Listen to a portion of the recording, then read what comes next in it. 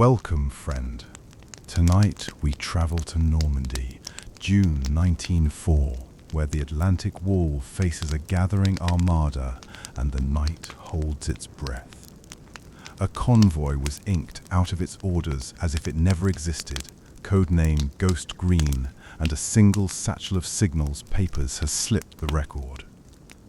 If those pages are found by the wrong hands, panzer divisions could turn early, and thousands fighting the surf at dawn could pay the price. I am Snorelock Holmes, your calm companion through histories that would rather whisper than shout. Before we drift, tell me in the comments which city you're listening from tonight. Now close your eyes and listen.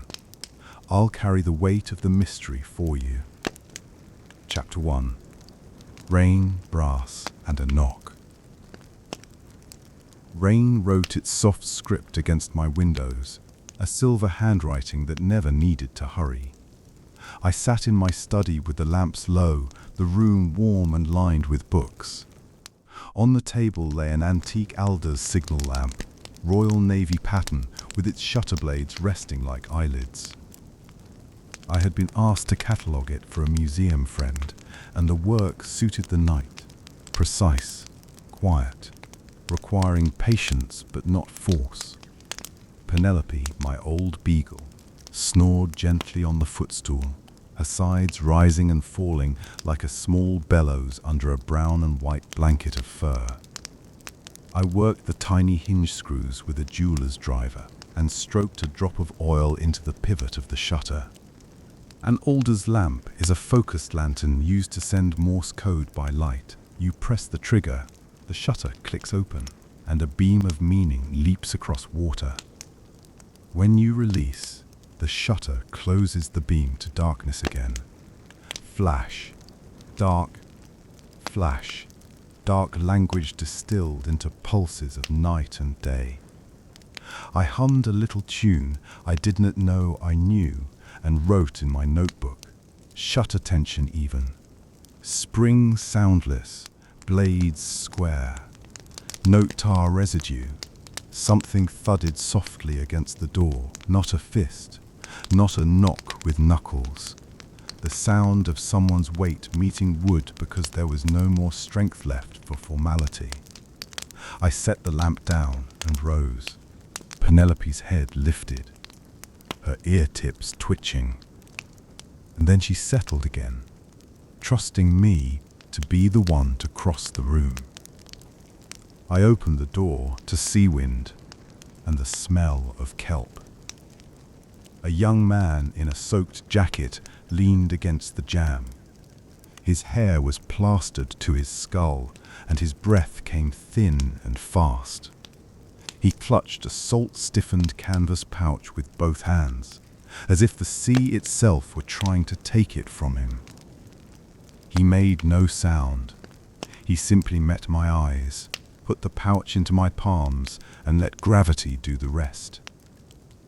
He crumpled forward, and I caught his shoulder to lower him onto the rug without a thud. "Hold on," I said calmly. "The words don't fix blood or fatigue, but voice can be a splint for panic. You've done enough. Breathe." I looked him over with a methodical glance, the way you scan a horizon for land. His skin was cold and clammy, his pulse flutter fast under my fingers, but there. A bruise darkened his temple. His knuckles were scraped raw. His boots left a trail of seawater and fine sand across the threshold. Over his shoulder, in the rain-washed street, a passerby had stopped, taking in the scene with widening eyes.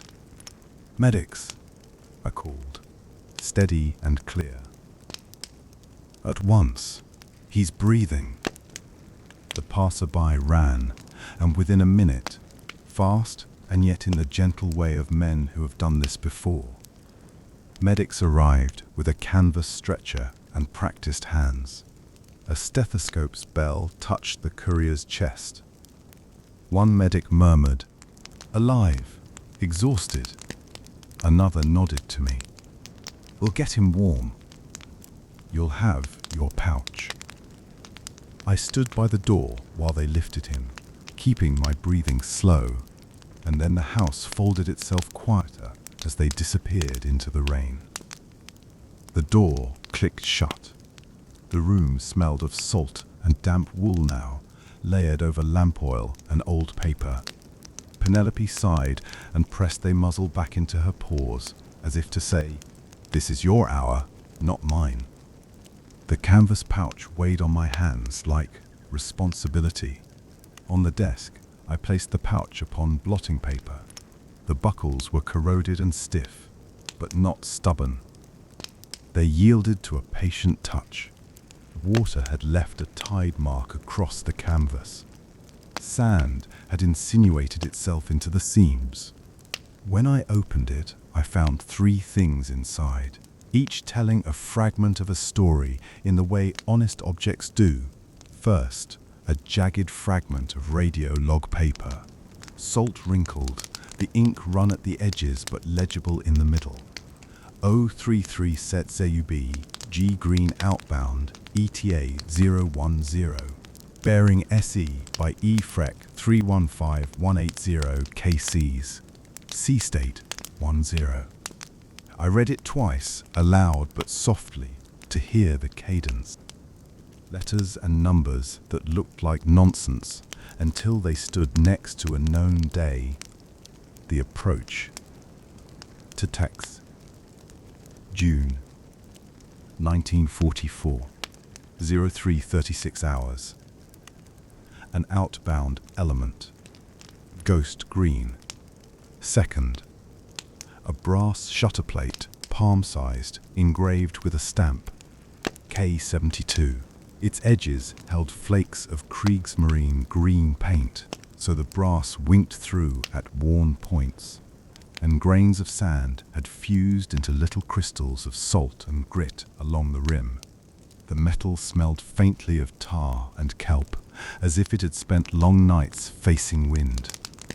Third, a torn page from a French schoolbook, the kind used to practice spelling and multiplication tables. The paper had been ripped into a rough rectangle and carried marks made in pencil by a quick hand. A little grid square labelled KN-271, a childlike outline of a cove, a tiny swallow sketched in 2 strokes, and a single word, VE.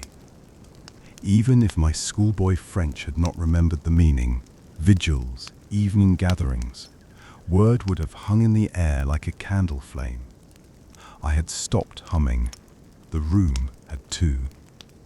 The rain continued, but inside everything felt held very still, as if the house itself didn't want to derail these faint tracks.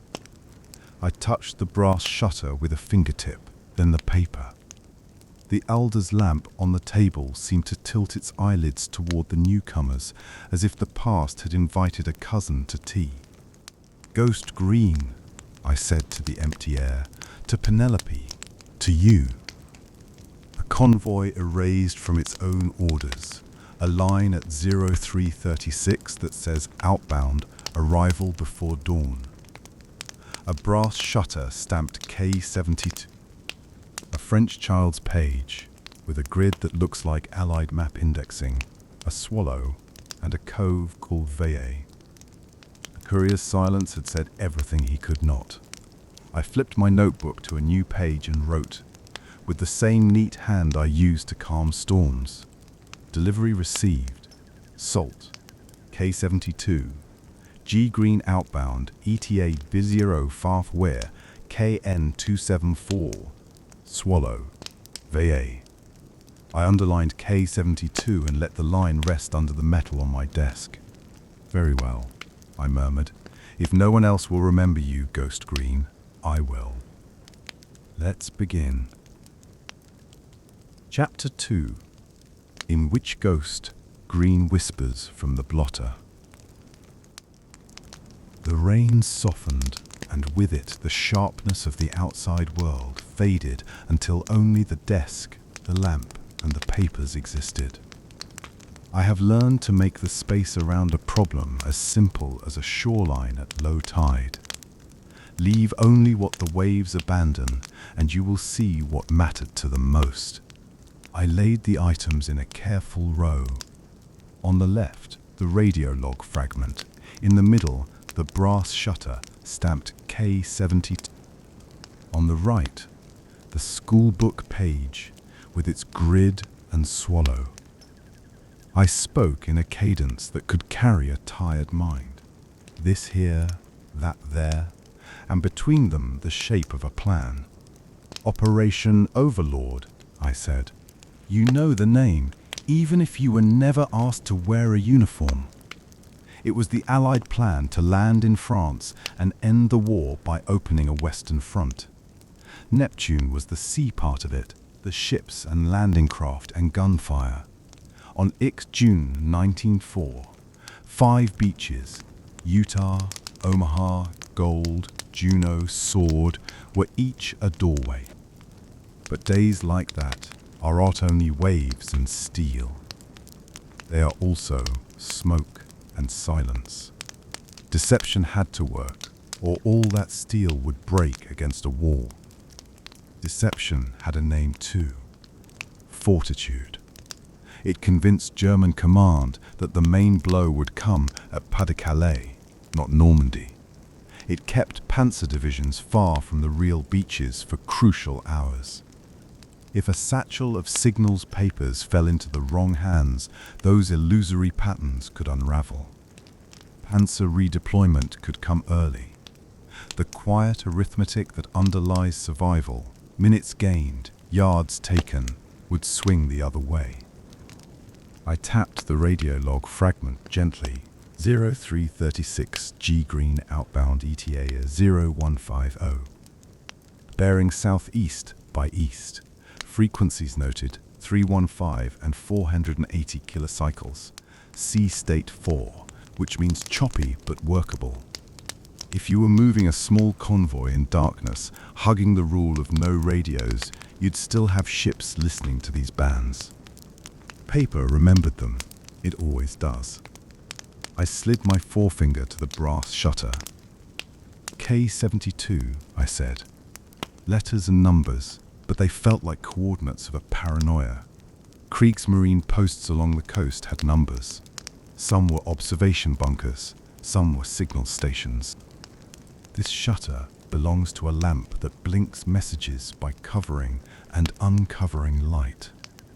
If a shutter stamped K72 is here, it means the lamp belonged to, or was repaired by, a coastal station with that designation. This piece smells of tar and kelp, and the paint is navy green German field colour, not British Admiralty grey or blue. I touched the brass, and a faint stickiness told me tar had recently protected its edges from salt. Someone had cared for this part recently, or a piece like it. Someone had cleaned it and then hurried. My hand moved to the schoolbook page. KN2741, I read. That looks like an Allied grid reference. Keypad of letters and numbers laid over a map. A way to point at a square without telling a listening enemy what you meet. KN suggests the larger grid zone. 27 horizontal, 41 vertical. If we lay it over the Normandy coast, we arrive near the Bailly des Veys, the mouth of the Vire and the Aure rivers. A quiet inlet sits there. Locals call it Anse des Veillées, Cove of the Vigils. I let the French roll off my tongue in a whisper. Veillées. The sound of candles and careful steps. The swallow, sketched in pencil, caught me. 2 lines formed wings, a 3rd line gave it a tail. The bird looked as if it wanted to lift off the page. Swallows, I said softly, are sometimes resistance markers. A motif a woman could embroider on a scarf without attracting a search. A chalk shape on a stone that looks like a child's doodle. If this is a message, it is a gentle one. local quiet, meant to be seen by the right eyes and ignored by the wrong. I brought the pieces closer in my mind, like pulling a net closed around the truth. Ghost Green, I said. A convoy that exists in a radio log, but not in an order book. Outbound before 4 in the morning, arriving at 0440 at a cove that is one of the main beaches. That would be a deniable insertion. Commandos, perhaps, or beachmasters scouting channels. Or something stranger. Something that needed to remain plausible deniability, even to friends. Penelope snored and turned over, a small thump of paw against cushion. I smiled because it kept my voice human. If a mission like Ghost Green went wrong, I continued, it would be inked out of the papers. The lives still matter, but on paper, nothing happened. That way, if the enemy intercepts any list, they cannot tie a missing piece to any known method. I smelled the brass again and examined the edge with a loupe. Those green paint flakes held a subtle grit. Though just sand. Sand fused with a trace of black tar rope caulking. The kind used on piers and on beacon stumps. This shutter has been near a beacon or buoy, I said, perhaps used to signal a rendezvous from the dunes. If the lamp hiccuped, a patrol would notice. A moment of unshuttered light could have been all the suspicion a methodical man needed. A72 designation of a signals post would have men awake at those hours. I picked up the radio log fragment once more and read. Bearing SE by E. I traced the bearing in the air over the desk, a slow sweep like a second hand. If a small launch ran with that bearing, hugging the darker water, and aimed for KN 2771, it would slide toward Anse-des-Veillets. If a local teacher, someone like Claire, though I did not know her name yet, stood in the dunes wearing a blue scarf with a swallow stitched into one end, she might lift it as a sign when no patrol looked. The men would follow the motion more than the color. I wrote the word singer in my notebook without knowing why, and then paused. Memory sometimes arrives out of order, like a page slid back into a book a chapter too soon. I drew a small cylinder to sit beside the word, because I have learned to trust the hand when it draws what the mind cannot yet name. Let's step back, I told myself, and tell it in the simplest way so a sleepy mind can follow. Here is what we know, I said, counting with a finger.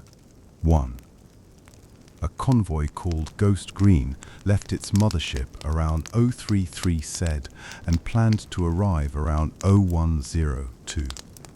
To a brass shutter with the stamp K72 ties the night to a German signals post on a dune above a quiet cove. 3. A French school page with a map grid, KN271, and the word veiller points us to a specific inlet locals know. The swallow suggests a resistance hand helped. 4. The sea was choppy but not brutal, so boats could land. There is a satchel of signals papers somewhere in this story, because only papers can injure a deception plan at distance. Therefore, I continued, as you and I slid forward together on that small raft of logic, Ghost Green came to Anse-des-Veillets to deliver or collect something vital to Allied radio deception. If it failed, it was designed to vanish, but it didn't vanish, not entirely, because somebody carried this pouch to my door. He knew it wasn't finished. I paused to listen to the rain. A drop struck the sill and ran down like a tear. I have never trusted drama in such moments. The truth is dramatic enough. The stamped K-72 suggests the enemy sits in a dune-top post near the inlet, I said. If a careful man commands that post, Oberleutnant Erich Falk, perhaps I will meet him soon enough. He will not be a madman shouting, he will be a meticulous officer who listens to Ariel's hum and distrusts coincidence. He will sweep the beach with lanterns because something pricked his sense for patterns in the dark. I turned to the oldest lamp on my table, its shutter eyelids looking ready to open. I set the brass K-72 plate beside it, as if to show the lamp a cousin long lost to the other side. To solve this, we need to go there. Not in an armchair way. We need to inhale the salt fog and feel the shingle underfoot. We need to watch the light clocks of dawn changing the rules. My pencil rested on the word VIE. The swallow I drew beside it lifted its wings a little more. There is a teacher somewhere in this, I said, half to Penelope, half to you. A woman who keeps a diary and a scarf. She heard English voices in the dunes and chose to become a hinge for history. We will find her, and through her we will find what Ghost Green tried to do. I smoothed the blotting paper one last time and exhaled slow. High stakes, I said, but my voice didn't rise. If those pages are found by the wrong eyes, tanks move early. Beaches that should cost blood will bleed more.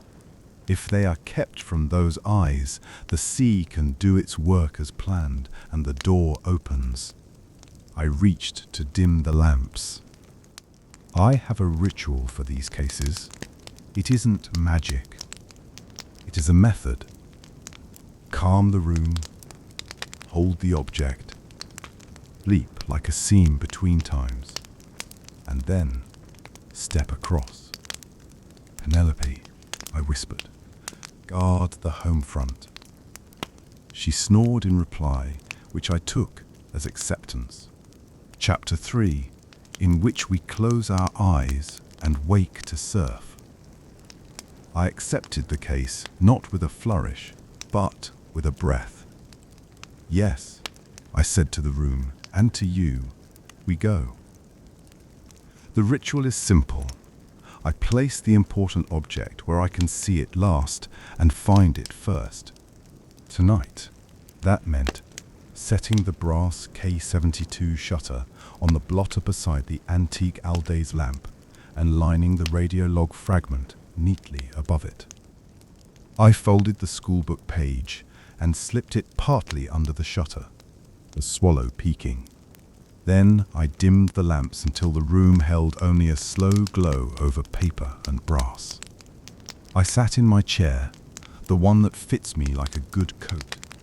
The cushion knows my weight. The arms remember my elbows. I pressed my palms on the wood and felt the grain, like tiny waves frozen in a calm sea. Outside, the rain braided itself into a softer pattern. Inside, the fire in the grate had gone to a dark red bloom, and I breathed in through my nose to a count of 4 and out through my mouth to a count of 6. Counting does many things. It gives the busy mind a gentle job. It makes the lungs widen and then release. It sets a metronome so the heart can choose a kinder tempo. The scent of lamp oil thickened when I closed my eyes. I imagined turning the Aldi lamp's shutter with my thumb and forefinger. Click, light. Click, dark. The quiet snick of brass in a night wind. I imagined the stamped letters K-72, each numeral a cold island in my touch. I imagined the small weight of the shutter plate, and then the larger weight of the pouch, and then I let those weights become the sway of a boat. If you have ever drifted to sleep with the sound of rain, you know the moment when each drop becomes not a point, but a wash. That is the doorway I stepped through. The smell of lamp oil slid into the smell of salt fog. The grain of the desk flowed into the grain of planks. The hush of rain dissolved into the sigh and hush of surf, the wire brush sound it makes when it folds pebbles up the beach and drops them again. I felt rope under my hands, wet and cool and hairy with salt. A coil sat beside me like a sleeping serpent, loops pressed flat by use. My fingers sank into it and came away damp, the salt making my skin tacker. I rose, and my boots met wood with a muted thud. The world shifted under me, with the slow, heavy balance of a craft that knows its water. I opened my eyes into grey, night fear-making grey, the kind of grey that keeps secrets for a living. Ahead, a darker line of dune and scrub stretched low across the horizon, and above it the sky lightened by degrees, as if dawn were carefully choosing a place to begin. The air tasted of kelp and diesel and the iron tang of wet sand. Somewhere behind the mist, over the curve of water, a deeper hum swelled and faded, armadas' far engines, a bass note under the thought of the world. The boat I stood on was a small launch, low in the water, its silhouette as modest as a fisherman's. A muffled engine throbbed under the deck, turned so soft it could have been a heart. The coxswain's shape showed as a shadow, and he lifted a hand flat, then down, a universal signal for quiet approach. We nosed toward the beach that locals call Anse de Veillée, the cove of the vigils, in a time when even the dunes held their breath. Gulls cried to our left, not alarmed, only doing their morning work. To the right, a line of black shapes broke the water surface, perhaps the tops of obstacles or the old ribs of a wreck. Between them, a pathway of darker water invited and warned. On the ridge above the cove, I could make out a low shape that didn't belong to nature. A bunker, half buried in the dune like a creature that had learned to sleep with one eye open. A steel mast rose from behind it, with thin wires strung like a harp. A hooded light blinked once up there, and then vanished, shuttered with discipline. One heartbeat, and darkness again. The brass shutter in my study seemed to remember that motion and thrum with it from a world away. Air moved across my face, damp and steady. The kind of air that quiets a man's throat. My breathing found it easily. The launch slid forward. The bow kissed the shingle with a soft clatter of smooth stones, and the sound rolled and stilled as if someone had thrown a handful of pearls and then closed a hand over them. We were in. I crouched and placed my palm on the gunwale as if thanking a host. Then I stepped into the water. It was cold enough to insist on honesty, but not to bite. The surf rode up my shins and then retreated, tugging my boots as if asking me to stay. I took 3 slow steps and felt the lake weight of my trousers shift. Then I found the dry slip of shingle and climbed the last feet onto the beach proper. Behind the dunes, the world made small noises. One clack of metal, a single cough, the distant crack of a single rifle far along the coast, where another story was already telling itself. Here, for this moment, the cove held its quiet like a promise. I turned my face to the ridge where the bunker, K-72's home, if the stamp meant what we believed, watched the water. I did not bow and I did not stare. I simply acknowledged it as one craftsman nods to another. He watches, I look back. Between us lies a satchel in need of a guardian. This is not a war story for me. This is a puzzle with blood in its margins, and if we solve it before the sun climbs, the margins stay margins. Ghost green, I said under my breath, letting the words be carried by the wind where no ear could pass them. I am here. The first gull landed on the wet sand, cocked its head, and decided I was not bred. The launch, already reversing, dissolved into the mist behind me. I stood alone with the dunes and the soft clatter of pebbles answering the tide. I looked for what I always look for first. What does the shore tell me immediately, without asking permission? The way the shingle lies, the line of weed at the last high tide, the churn where boots have scuffed but the sea has not yet erased. The beach speaks, and I have learned to listen. Your work, I said to you quietly, to the person resting while I walk, is only to breathe and listen. I've got the rest. Then I moved along the waterline at a pace that would not wake dogs, eyes on the ground, mind tuned to find the first thread of Ghost Green's trail. Chapter 4, in which the dunes breathe and K-72 listens. Mist pressed close to the sea, as if the night were reluctant to let the shore go. I stood near the bow of the low, dark launch, one gloved hand resting on a rope coil slick with brine. Diesel muttered under the deck boards, a soft, steady heartbeat. Ahead, a darker band rose from the silver of the water. Dunes, Normandy, Anstes Veillée, pre-dawn, ex-June 1944. Behind us, far off in the channel, the armada of Operation Neptune thrummed like an enormous hive too distant to see, yet too large to ignore. It was there, in the air pressure itself. The world was about to change, and it kept its voice low as it drew breath. The cove's lip gleamed where thin surf brushed the shingle. A hooded light near the dune foot blinked twice and then cut out as if guilty of speaking. I raised my hand, and the coxswain eased the throttle, letting momentum carry us toward the tide line. No names were traded. Silence did the work of introduction here.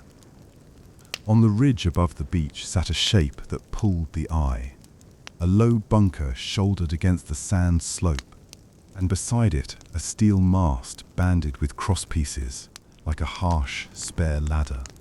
Antennas rose from it, taut and exact. Postie K-72, Kriegsmarine signals. A post built to listen and to report, to catch the smallest betrayal of light, voice and movement. Under that mast, a man of habits would be awake already, checking needle swings, memorizing patterns in the night. Oberleutnant Erich Fogg, by the look of this place. I had not yet met him, but his signature was in the symmetry of the aerials and the neatness of the catwalk around them. Another glow moved inland like an ember held in cupped hands. Feldgendarmerie patrol, military police. Their lantern wove through scrubby grass, then dipped as the men crossed a hollow.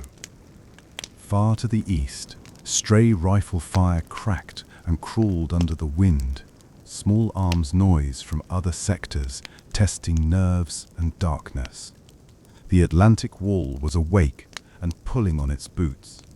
The keel kissed gravel softly. I stepped off and felt the beach give an inch, then hold. Cold salt slid over my boots, then withdrew. The tide was on the turn. The timing would matter. I crouched low and let my gloved fingertips skim the high tide line. The beach arranged itself like a ledger of the last few hours, if one knew how to read.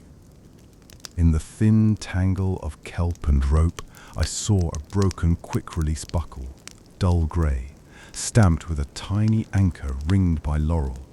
Royal Navy, Beachmaster's party kit. It had been snapped clean, not corroded, fresh break.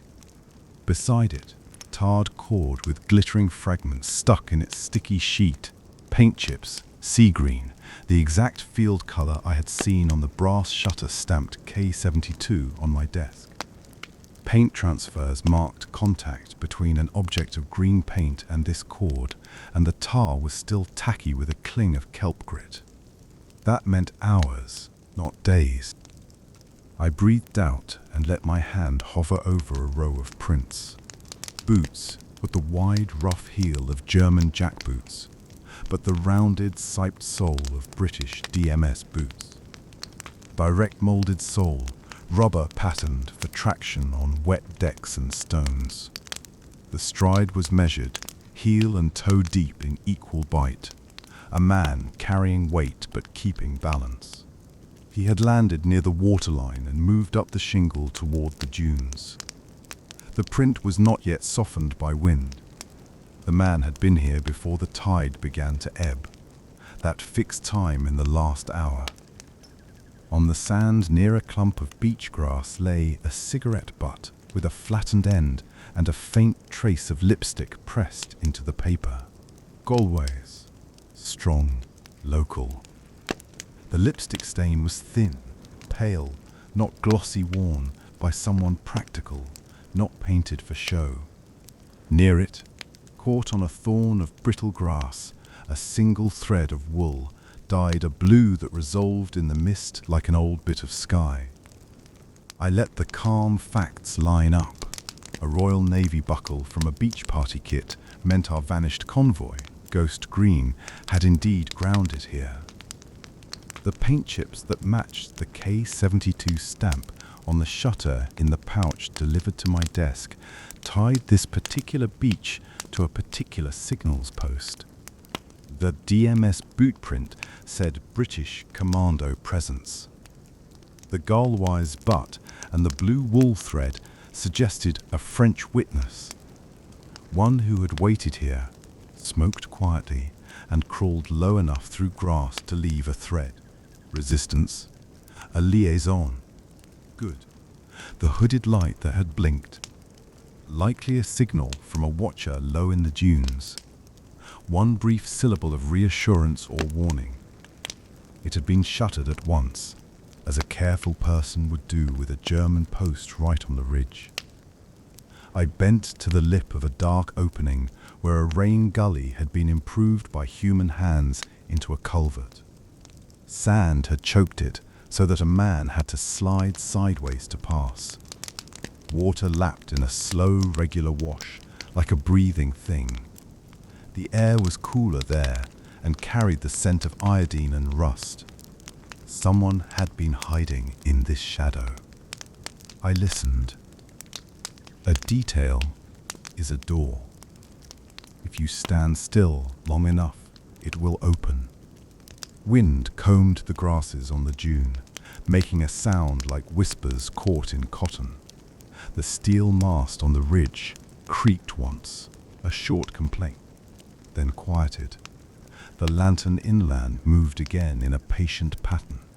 Men were walking grid lines across the scrub, neat and thorough, the shape of Folk's mind applied to the dark. I touched the broken buckle in my pocket and thought of what a beachmaster's party does. They land early, mark exits, clear obstacles, guide men and vehicles ashore safely. They carry portable signals, flags, oldered lamps, and sometimes satchels with map overlays and code words to coordinate boats and beaches. If the satchel from our mystery satchel Ghost Green had carried were to fall into German hands, it could untie the knots of Allied deception. Operation Fortitude depended on the Germans believing in shadows at Pas de Calais. These pages, if real and readable, could tell a trained enemy ear what to ignore and what to act upon. That would change how panzer units moved at dawn, and that was no small thing. Mist beaded my eyelashes. I eased into the culvert, letting my shoulder turn to slide between packed sand and crumbled concrete.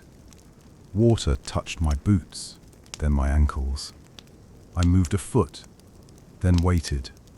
Moved, then waited. My breath and the culvert's wash found a common pace. There, just inside where the cross-draft eased, a low voice said in French, "Ne bougez pas, do not move." I smiled without showing teeth. There? I kept my voice low and even. Fabric rustled gently. A small shape resolved itself from stillness, the way a wren becomes a bird once you notice it, and not before. A woman, early 30s, eyes steady. A blue wool scarf showed at her throat, its edge embroidered with a tiny swallow. She watched my hands and then my face. This, I thought, was the source of the gull wise and the blue thread. "Do not say names here, monsieur," she whispered. "The dunes have very good ears tonight." "They do," I agreed, "and they have K-72's mast to help them." I nodded toward the ridge. Her eyes flicked upward once, then back to me. "You walk like someone who expects to come back." That is it, how tourists walk. I am not a tourist. I reached into my pocket and took out the broken buckle. I placed it on my palm so the stamp showed. I am looking for the men who lost this, and for something they could not carry away. Her gaze softened, then sharpened. She took one careful step closer, then another. "Then you are late, but not too late." From the ridge, wind hummed in the wires. The cove breathed. I turned my head toward the waterline, where a half-buried iron cylinder jutted from the shingle like a bit of ship's rib. I didn't yet know its voice. I would learn. Behind us, the lantern inland paused, then proceeded. A neat pattern. Folk's men were sweeping low ground before they came down to the beach. Time is a tide. You read its pull, and you move with it. Claire stepped back into the culvert and gestured with a tilt of her head. I followed deeper into dimness, where sand walls muted the wind and the thrum of the armada sounded like blood in the ear. We had found our witness, and the night had not yet finished speaking. Chapter 5, in which a swallow shows the way. We crouched within the culvert's shallow belly while water licked at our ankles. Claire Aubert settled with the poised economy of someone used to choosing stillness. Her scarf swallow glinted for a heartbeat and then lay quiet again. I noted the small canvas satchel on her shoulder and the faint smell of iodine and tallow candles. A schoolteacher's hands with a farmer's practical calm. She watched my eyes in the dark, weighing what to say and how much to trust it to me. "I am Snorelock," I said softly. "Names can be a bridge. You must place them carefully. I am here to bring order where fear is loud. I am looking for the convoy you heard before dawn. Ghost Green." She exhaled once, a tiny sound. Ghosts. We. English voices on the beach just before 4. One of them called another skipper.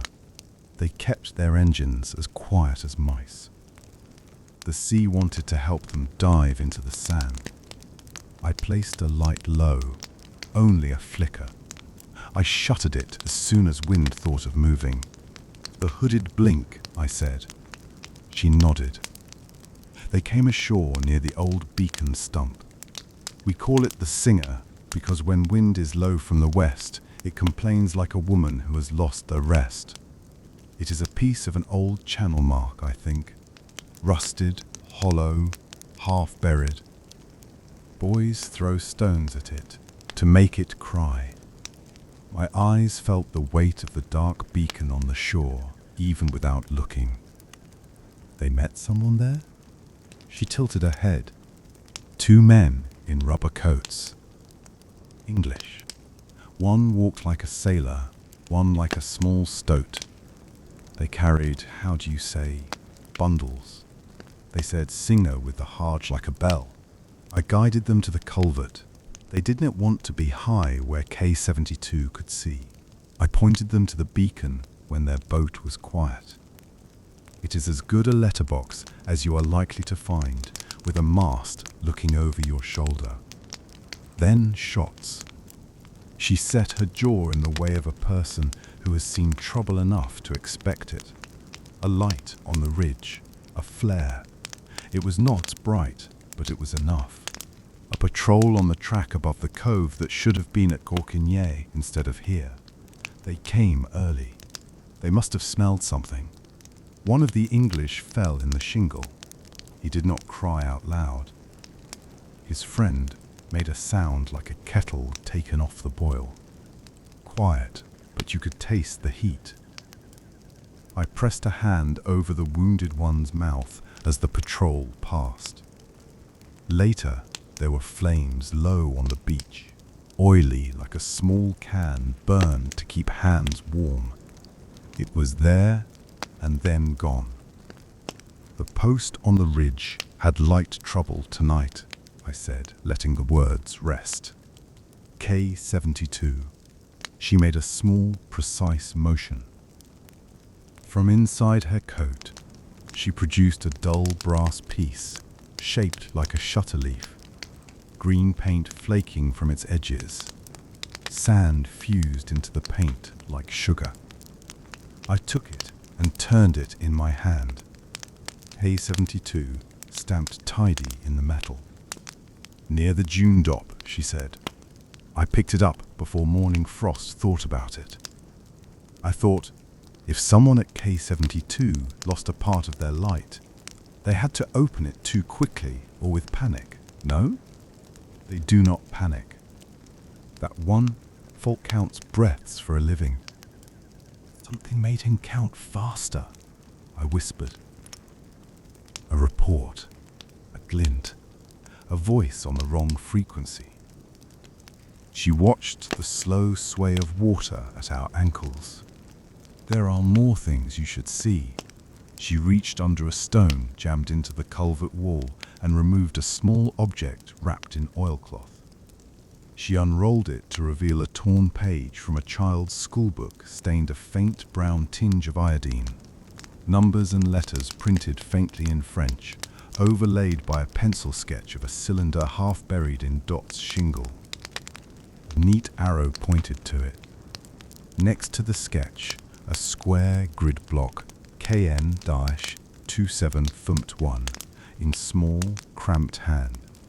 Singer, and two letters, JP. My thumb rested near the letters. The Allied grid in this sector, KN-27 thump 1, and the initials of a man who claims what he wrote, JP.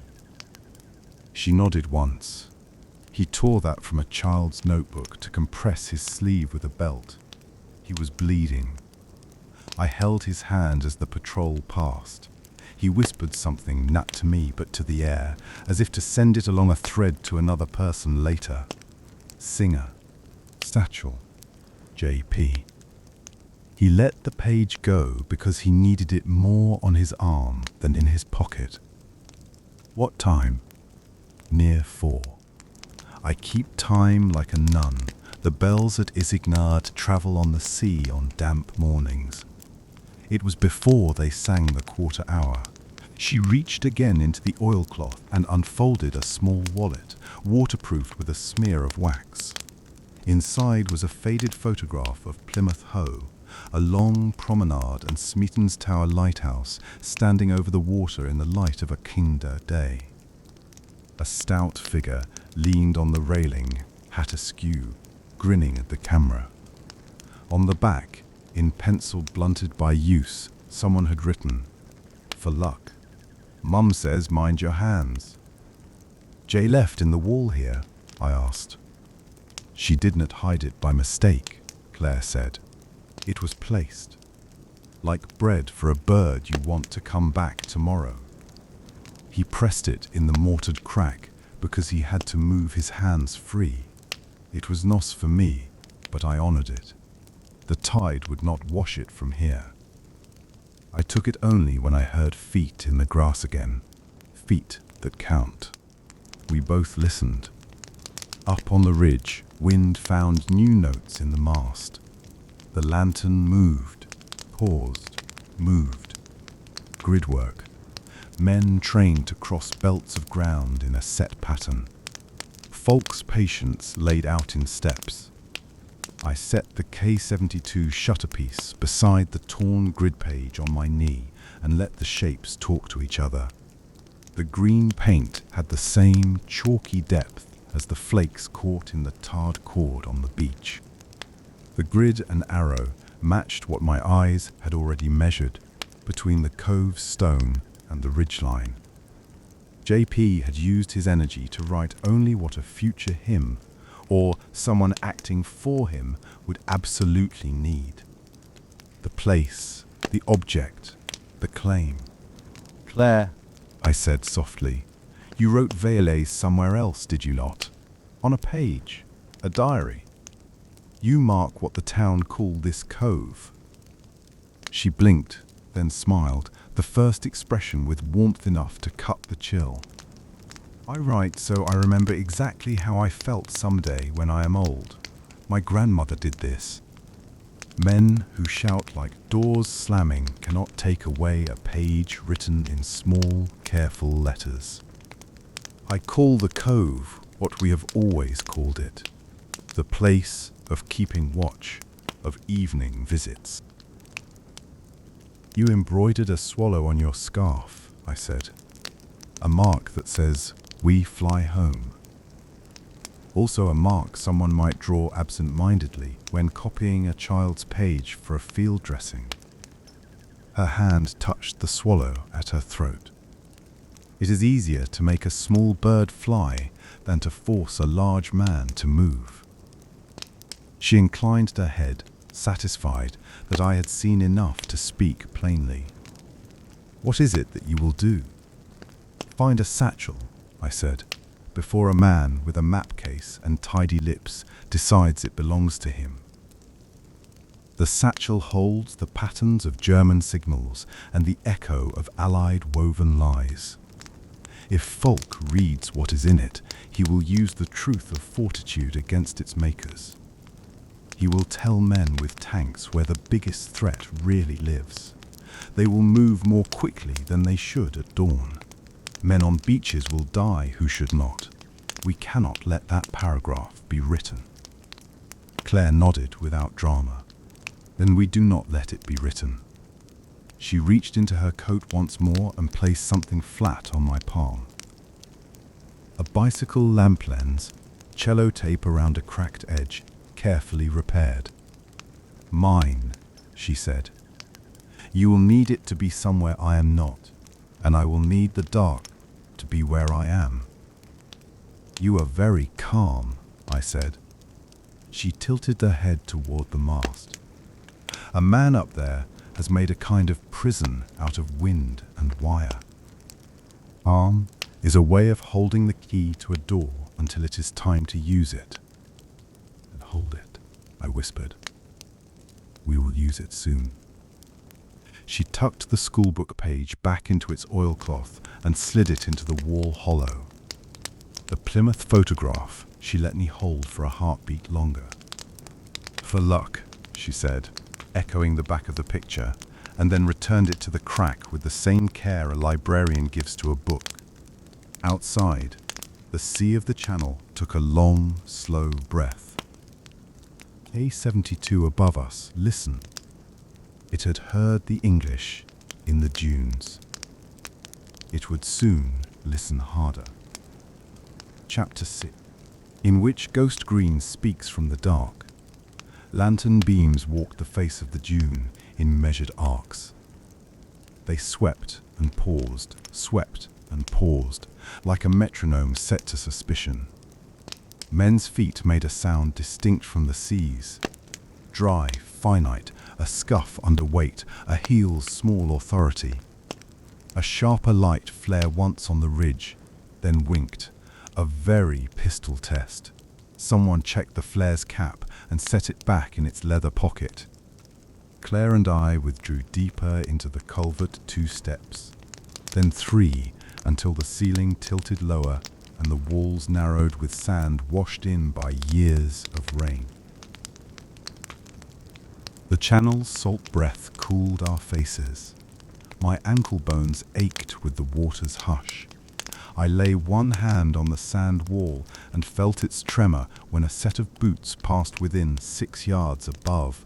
Fell gendarmerie. The good ones are methodical and not easily bored. I kept my voice a thread.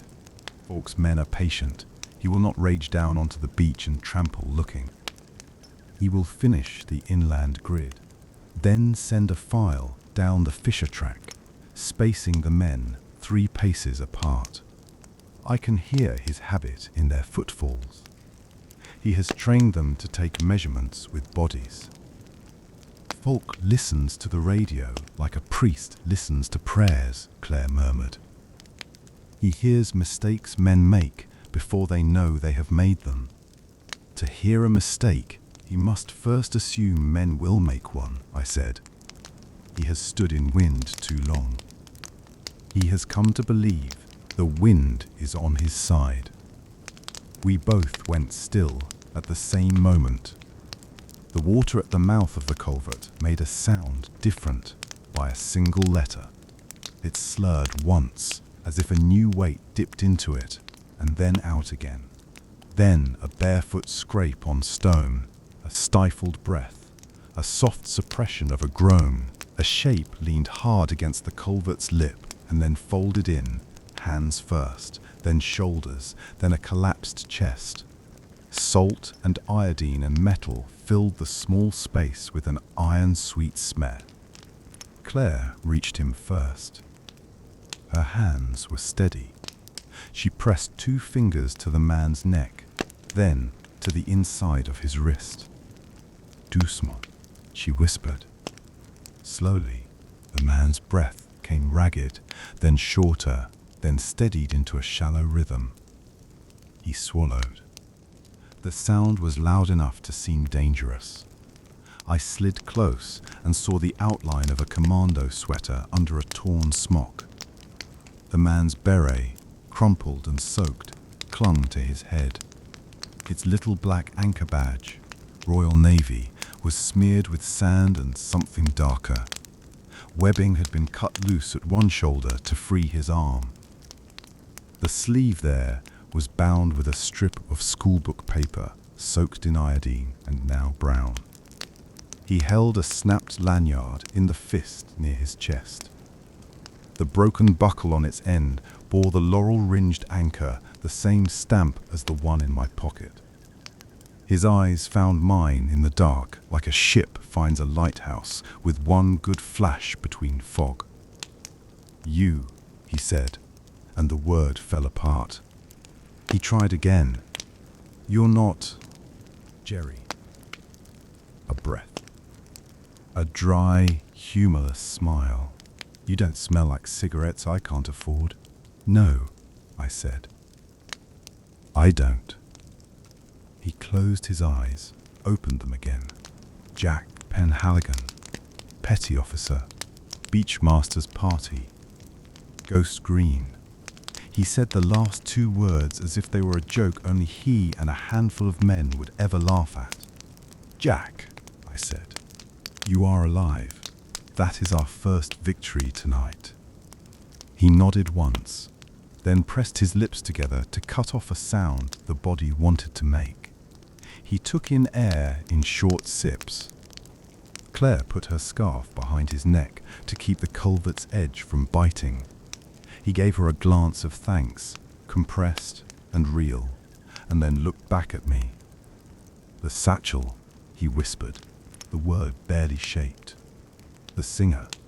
I put it in, inside, left side, inspection panel, rusted, cord, Carrick bend.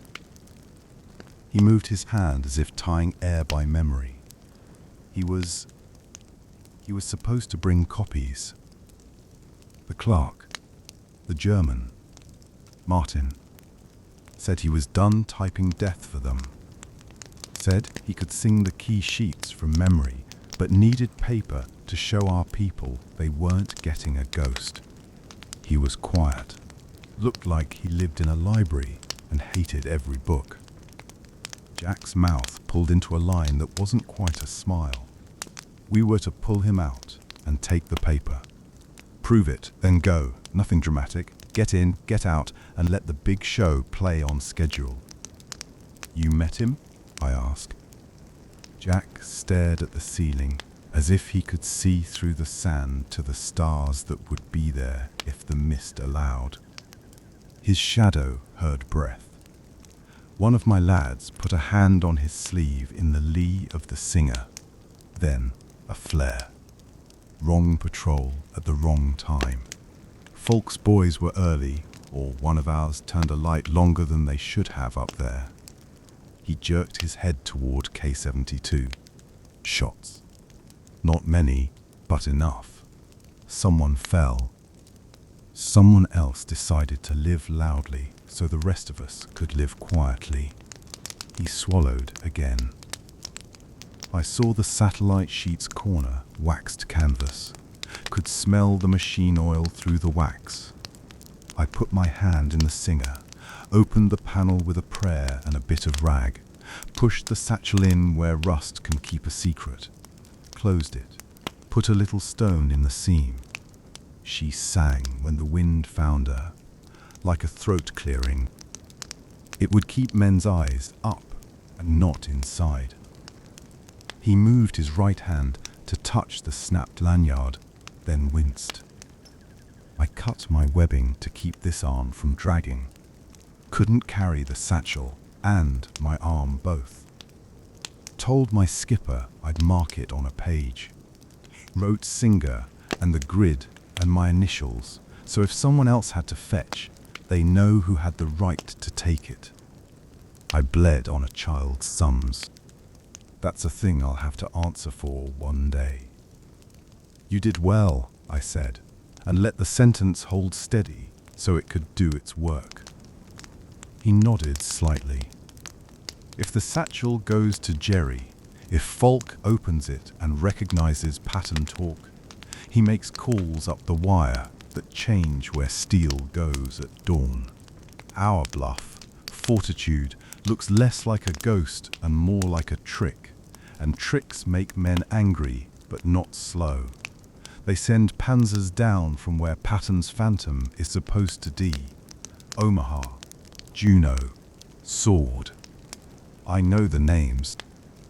They are written in the back of my head with chalk. We can't have that chalk smudged. The culvert made a small sympathetic sound as water shifted again. The tide was easing back down the beach. Time was turning its face toward first light. Up on the ridge, a voice spoke in German, low, clipped, impatient only with imprecision. I could not see Falk yet, but I could hear him in the measured cadence of the orders. No shouting. He was a man who saved his voice for signals. He had wired the post to his nerves so that when the aerials hummed, he slept better than most men sleep with music. Jack's breath hitched, steadied. Claire wrapped her coat around his shoulders and lowered his head onto rolled canvas. He watched her swallow scarf with an expression that would, in another time, become a story told to a child about kindness. "Can you walk?" I asked him. "A little," he said, "with the part of me that still belongs to me. But I'm slower than a coward when it's time to run." He tried to smile again and almost made it. "You won't need to run," I said. "I will carry the running for us. You will stay, breathe, and listen to the shape of our plan." He closed his eyes, opened them, and found me again. "You sound like my old boatswain when a squall came up. He never made his voice tall, kept it low, made the sea think it was being quiet, wrong, lot loud, right. "I like your boatswain," I said. Outside, the lantern beams drew nearer to the declivity that led down toward the beach. Feet found the fisher path. The first man in the file took a slower step, then a normal one, marking the change in slope without looking down.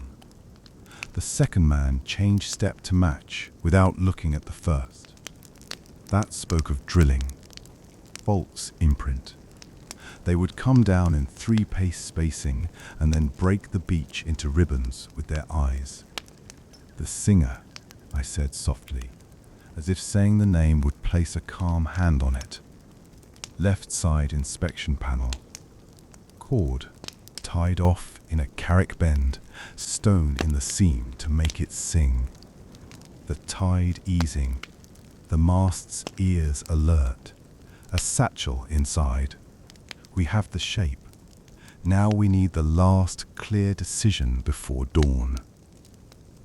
Claire touched the damp culvert wall with her fingers as if pressing a promise into it. "I have a bicycle and a lamp with a stubborn lens. I know where men will look if they do not want to look where something important really is."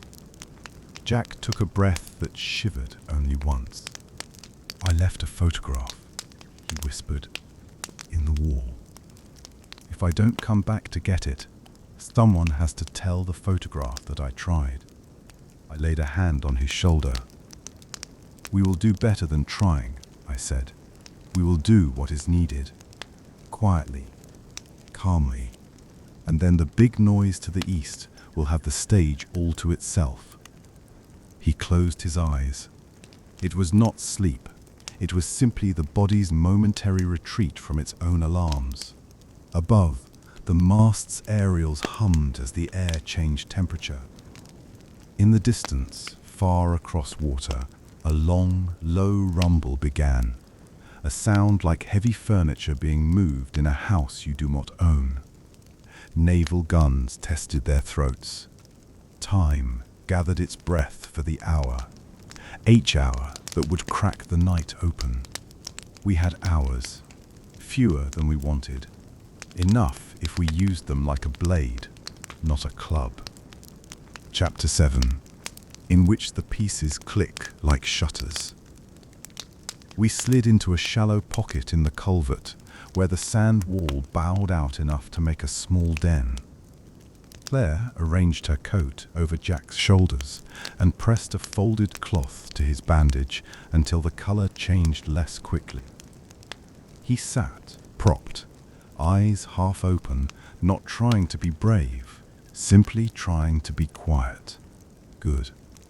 A man who does not insist on bravery can often carry it farther. I let my breathing slow to match the waters. Panic is a poor tool for a detective.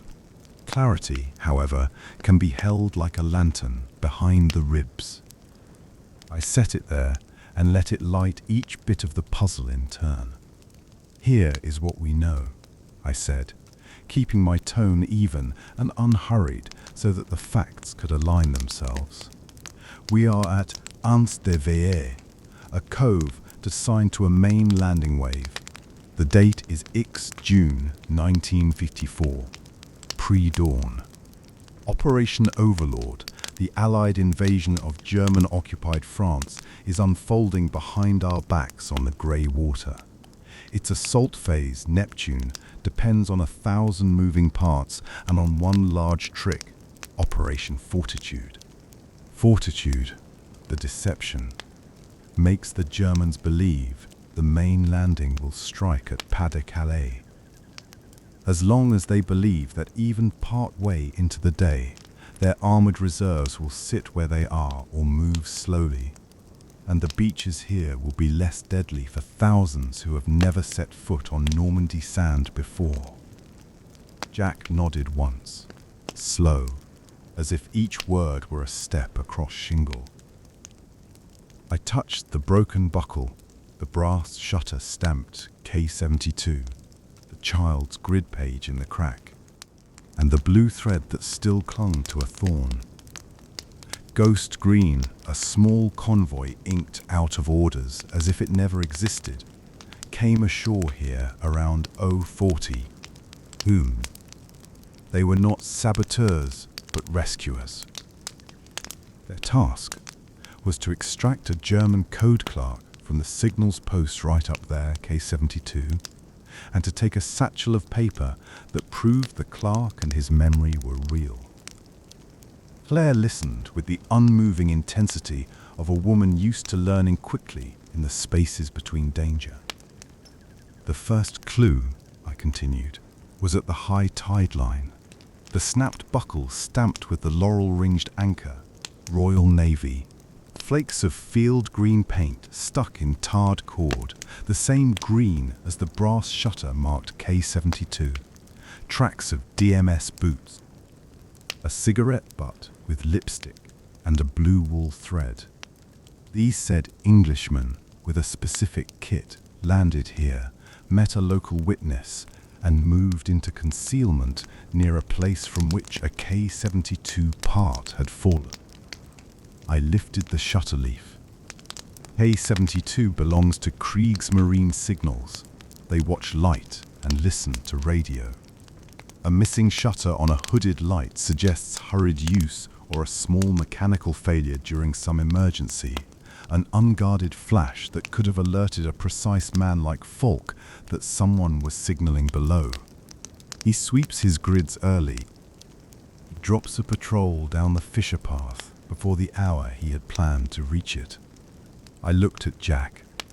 You and your team reached the Singer, the rusted beacon stump. You met Martin, the clerk. A flare showed your shapes, a quick skirmish.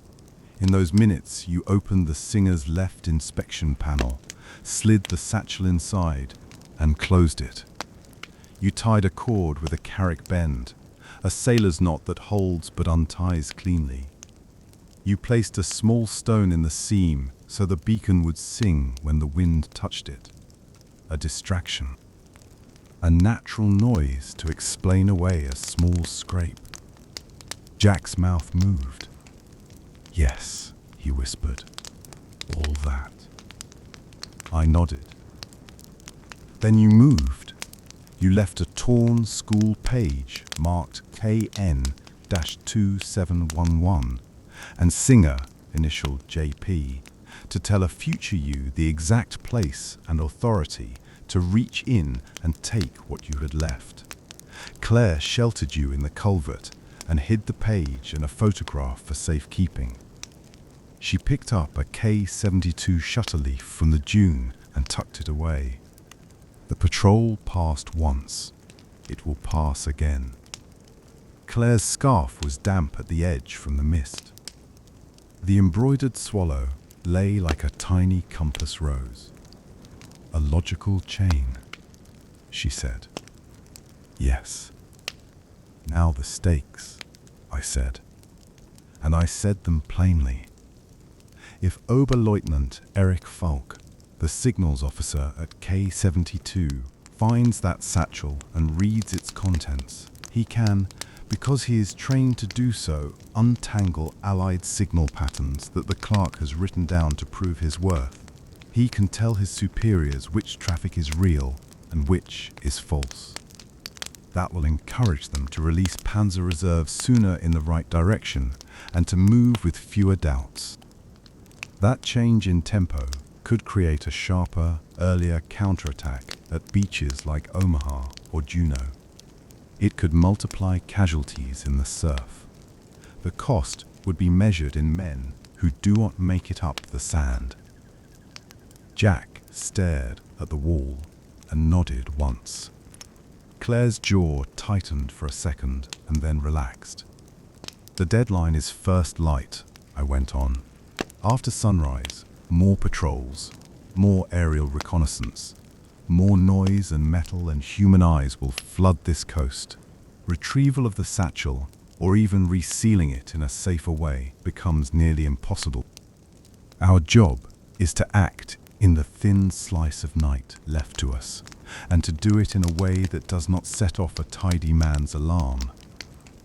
I held the shutter leaf to my ear and turned it as if listening to a coin. There is one more inference to add. The early patrol suggests a change in Falk's pattern. Either he saw a blink where no blink should be, an unshuttered moment, or he received a fragment on his frequency that did not fit his expected noise. The presence of this K72 part near the culvert makes me lean toward the blink. He saw a light. It was brief. He made a note to punish the hand that allowed it later, and sent men down early now. I let the point sit in a small quiet. Then I made the connections one after another, like slow, gentle clicks of shutters closing. Because there are green paint flakes in tar on the beach, the satchel passed near or touched the singer. Because the grid page says KN-2771 and singer with the initials of a man who was here. The cache is what it says. Because the K72 shutter leaf is near the culvert and Claire set a hooded light low and brief, Falk was watching this sector when Ghost Green came ashore. Therefore, Falk is likely to inspect large, visible objects at first light, but may not think to open a rust-welded panel on a scrap beacon while his attention is fixed on bodies, boats, and weapons. He will delay prying until he has time and tools. He will order it done after the tide. Therefore, this brief turn of the tide is our pocket to retrieve or reseal. I turned to Jack. Because you tied a carrick bend, if I reach the cord, I can untie it by feel without scraping and retie it cleanly. Because you placed a pebble to make the singer sing, I can replace that note if I must, so the sound remains normal to men who have heard it complain for months. Claire's eyes softened. You have a very particular tenderness for things, she said. Tenderness is just attention slowed down, I replied. It is useful, and it is kind. I took a breath and let it out slowly. So here is the mini recap, simple and complete.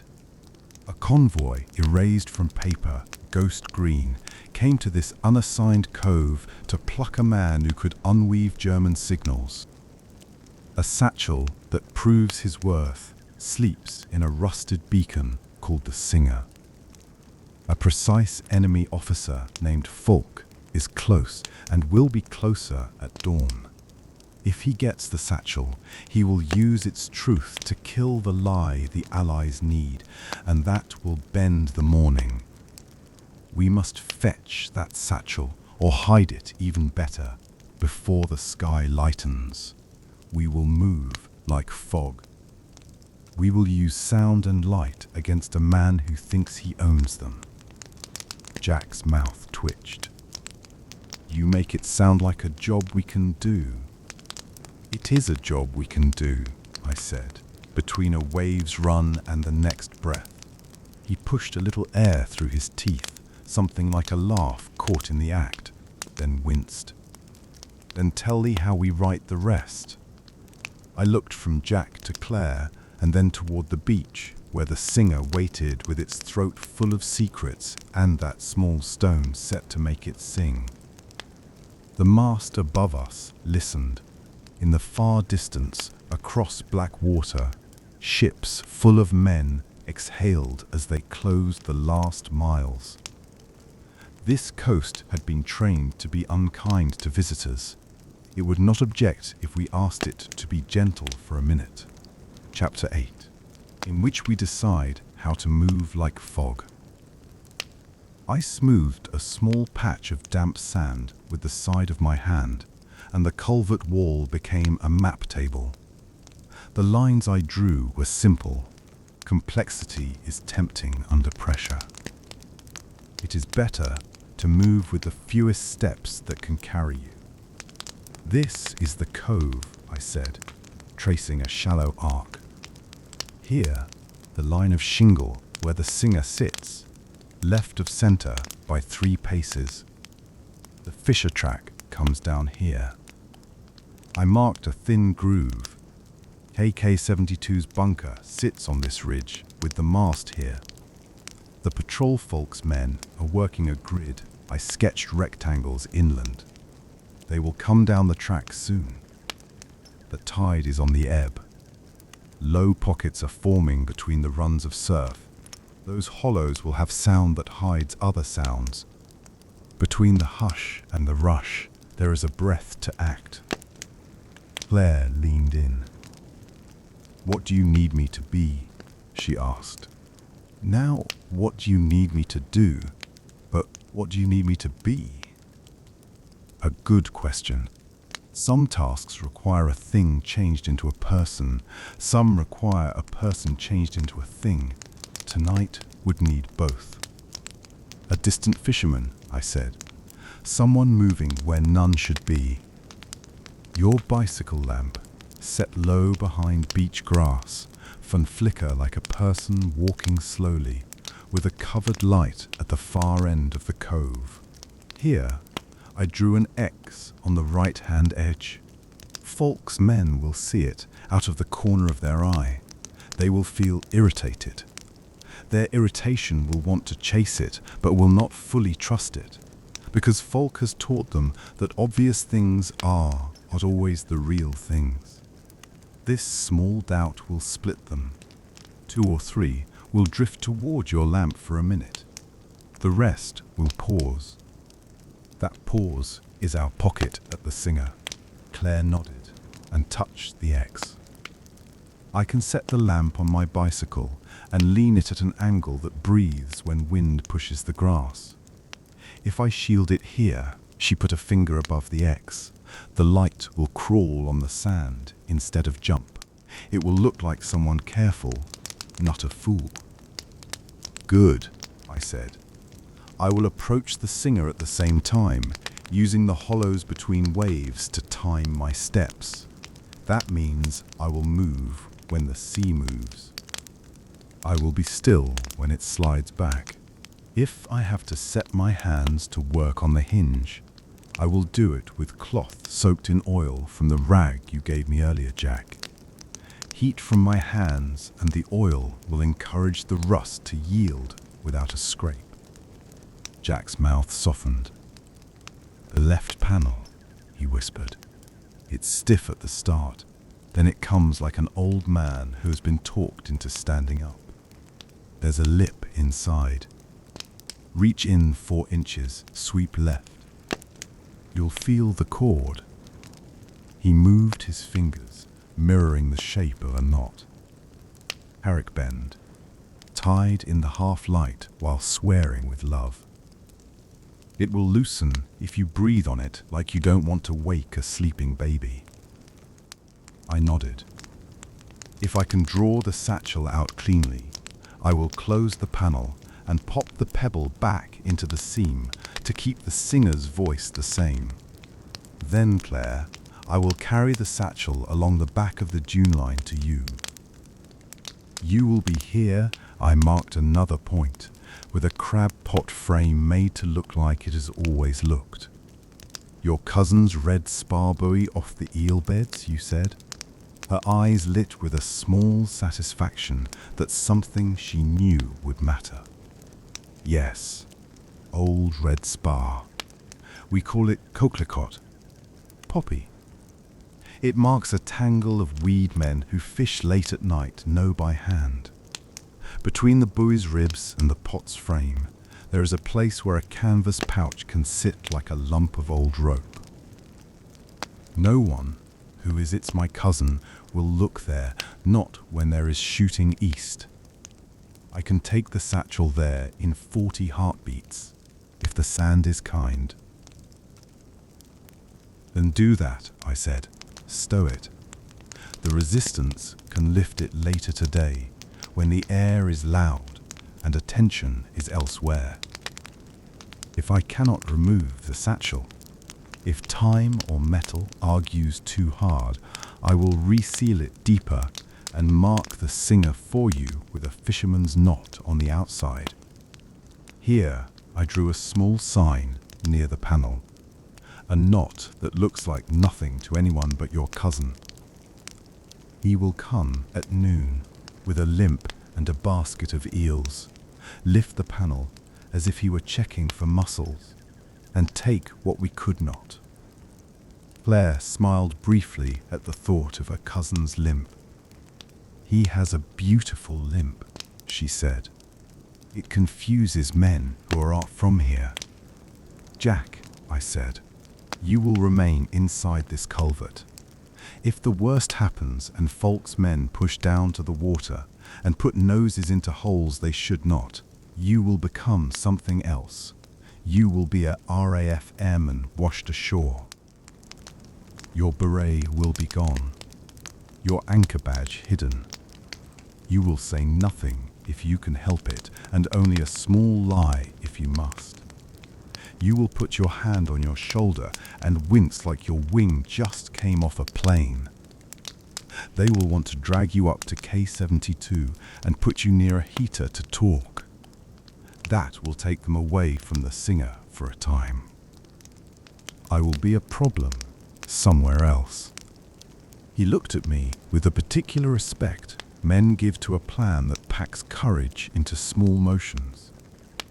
I don't love the hero part, he said, but I'll do the idiot part if I must. You won't be an idiot, I said. You will be a picture of a mistake they expect. I unwrapped the bicycle lamp lens Claire had handed me earlier. A crack had been repaired with cello tape so neatly it felt like a veined leaf. I checked the shutter slide. It stuck at first, then moved with a whisper.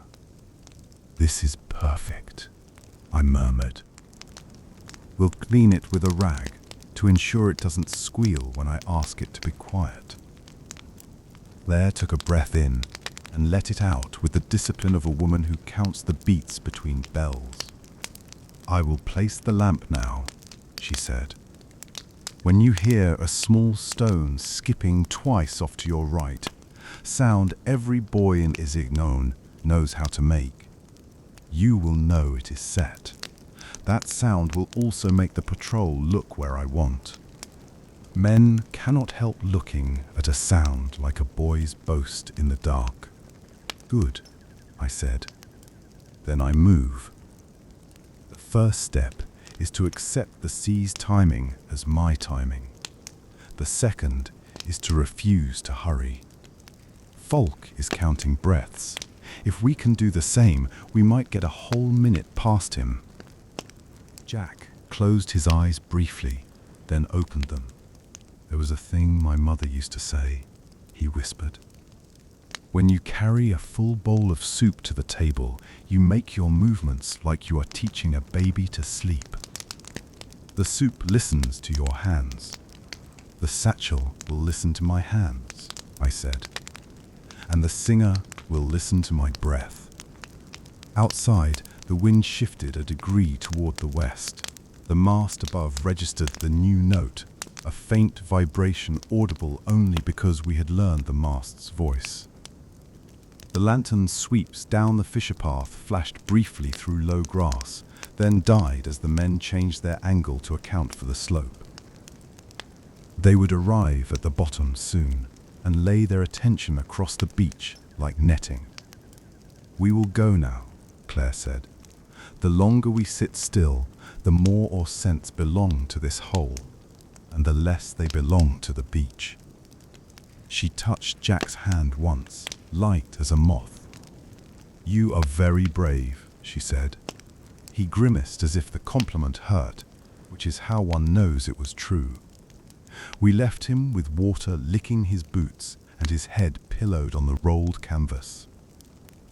In another story, a man in his condition would deliver a speech about courage.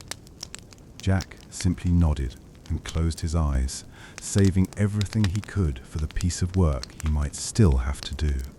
That is a better sort of speech. Claire moved ahead, a shadow that knew the shape of other shadows. I followed at a distance of 3 lungfuls.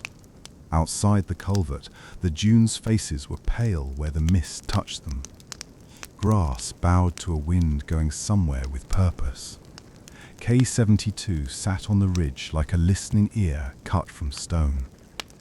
I felt Falk's attention from here, tidied, exact, skeptical.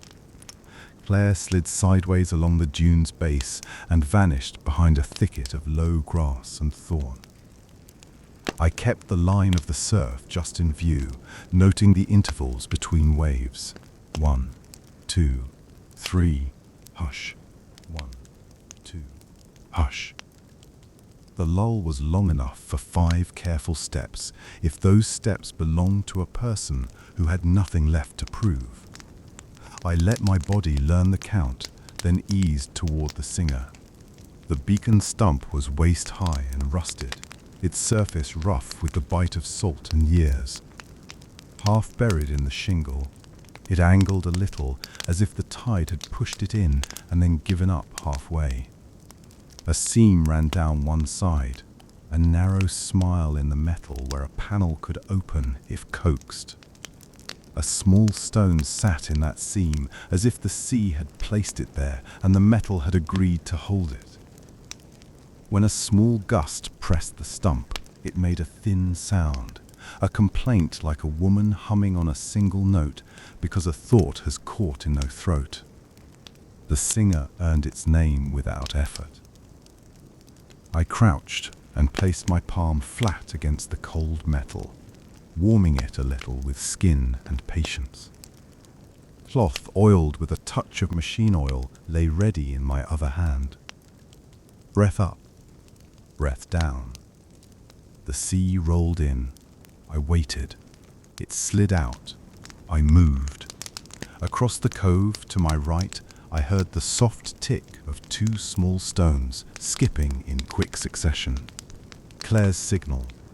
Her lamp would be placed now behind grass, angled, its cracked lens breathing in the wind to make a shy glow crawl along sand. The patrol would see it in a heartbeat. 1 or 2 would drift toward it with voices low, their lantern aiming for irritation rather than rage. I slipped the oiled rag under my fingers and pressed it to the seam. My thumb found the small pebble and eased it away without letting it click. Pebbles want to speak when separated from a thing they've learned. I held it against the pad of my fingertip. Warmth is a kind of silence if you use it right. A voice above, close now. A question in German. Another voice answered, short, suppressing a yawn. Feet came down the last bit of the track and spread out as if someone had cast them with a quick gesture.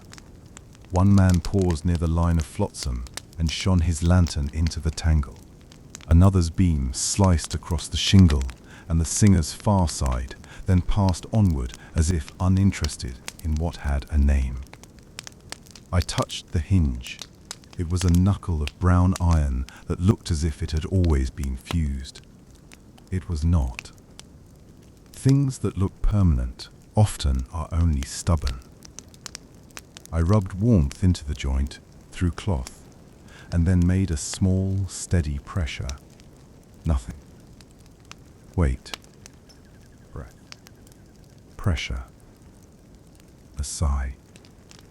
The hinge yielded a whisper, not a scrape. A tired man shifting in his chair when he thinks no one is watching. I opened the panel a finger's breadth and felt inside. Cold metal lip, rust grains, empty. To the left, something taut, cord. I slid 2 fingers around the line and felt the knot's shape blindly. Not a reef, not a bowline. A carrick bend, snug, the tails tucked properly. Jack had tied it with a sailor's mind. I breathed on it. Literally. Warm air softens stiff fibre. The knot loosened as if embarrassed at how easily it agreed. I eased the cord aside and found the edge of the canvas, waxed fabric, cold, smelling faintly of iodine and oil. My hand told me the satchel was there, waiting, small enough to lift with one careful pull. Somewhere behind me, toward the dunes, a man muttered about a light at the far end of the cove. His superior hushed him with a tone that said, "Later." The patrol had split.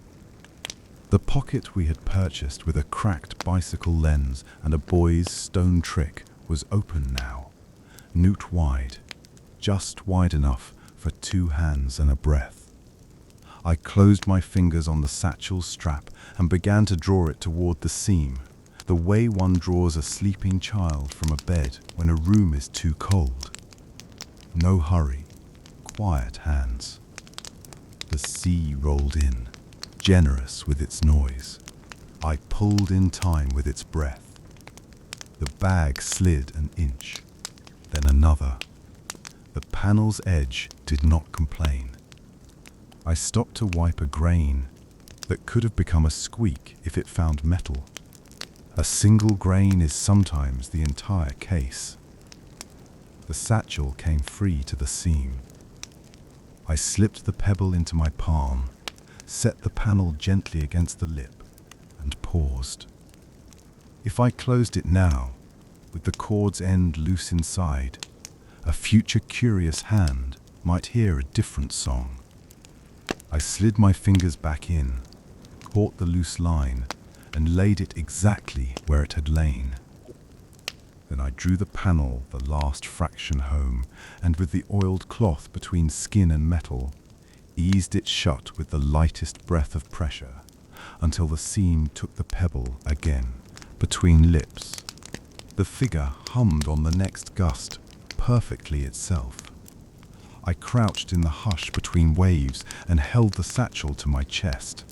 It was heavier than it looked, not with weight, but with consequence. Canvas stiff with wax, cord tied in a knot that did not much like to be seen. Letters likely inside that could teach an enemy to see anew. I looked along the back side of the dune where Claire would be. The faintest tone of her hidden lamp crawled like a small animal's glance. The patrol drifted right, as men will do when a small irritant asks for their eyes. I rose, the satchel under my coat. 3 steps in the surf's slush. Wait. 2 more. Wait. In the hollow of the next wave's receding sigh, I moved along the dune's base, low, keeping grass between my outline and the ridge. Claire's shape detached from the darker dark.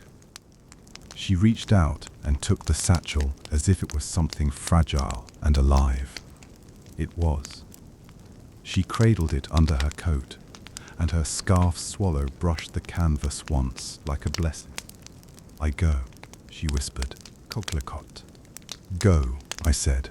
Fought at heartbeats. She was gone into the grass and shadow, moving with the unremarkable speed of a woman who knows every hollow by heart. The patrol's voices scratched lightly at the air. One man coughed. Another cursed the damp. Above, the mast listened like a cat. A pick blade of sky in the east had begun to think about changing color. We were at the point where Act 2 of a night shifts to Act 3 of a day. I adjusted my coat and turned back toward the beach, in case anyone's eyes wanted a reason not to look too closely at the place where the singer kept quiet, and where a teacher's hands had just accepted a bundle of pages the world did not yet know it had needed. "We will move like the fog," I whispered into the mist that had brought me here, and no harm. Chapter 9, in which a rusted beacon sings and the tide keeps a secret. The world had thinned to mist and salt.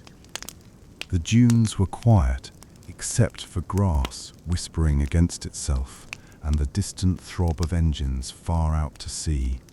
A low, patient heartbeat that meant something vast was on the move. I lay with my cheek near the cold sand, eyes level with the horizon line, watching for the small changes that decide whether plans live or fail. Claire's bicycle lamp, screened with a slip of gauze, pulsed faintly at the far end of the cove. It looked like a fisherman's indecisive hand. It was just enough to tug a patrol in the wrong direction. Between blinks, 3 dark figures on the ridge adjusted their lanterns and drifted toward the glow. Their footsteps softened as they left the hard boardwalk and stepped into loose sand. I counted them as a habit. 1, 2, 3. Follow the light, 1 more. Lagging, just a little late, the head turned not to the glow but to the surf. The laggard had good ears. I marked him in my mind as a problem and breathed once, slow and full, to keep my pulse level. "This will do," I whispered into the dune hollow. Claire, crouched beside me with her blue scarf tucked under her chin, nodded once. Her hands were steady. Jack lay deeper in the shadowed throat of the culvert, wrapped in Claire's coat, his face pale but focused, his breath quiet. He closed his eyes when I glanced at him, as if trusting that a closed eye was a promise to survive. The singer was 20 yards of shingle away, a waist-high cylinder of rust with a crown of bolts on top and a seam running down one side. It had once marked a channel that no one had used since the war began. Now, it was a throat that could hold or release a voice. A light breeze rocked it on its half-buried base so that sometimes it groaned. That groan was how it earned its name.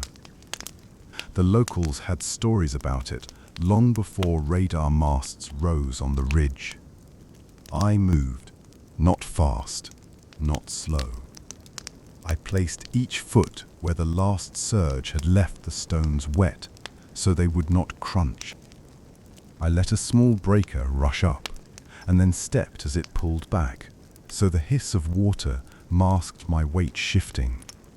A calm mind in chaos could be an anchor, but here the sea herself offered to play anchor for me. I accepted the favor.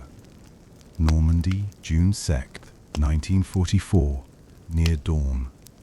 The date sat at the back of my head like a lodestone, but I let it rest. Names help when your hands need stillness. I reached the singer and touched its cold skin. The rust came away faintly on my finger, fine and red-brown. The hinge was just below a seam under my right hand. It had seized with salt. I pulled a narrow strip of oiled rag from my pocket and pressed it against the hinge, warming it with the heat of my palm and breath. Metal changes mood when it is warmed. It goes from stubborn to polite if you speak to it with patience. I eased my pocket knife out, not to pry, only to lift the edge of old paint where it no longer bit. My first touch found the dull give of corrosion and stopped. Panic is a poor tool for a detective. I took a breath and felt the timing of the sea. When the next wash came, I let it hug my ankles. As it pulled away, I pushed gently where the hinge wanted to travel. The seam sighed. No scrape. Good. I counted each heartbeat to keep my hands slow. 1, 2, 3. A click felt more than heard, and the inspection panel settled free under my hand without complaint. Inside was shadow and a breath of air that smelled of iodine, machine oil, and old rope. My fingers found waxed canvas. The satchel.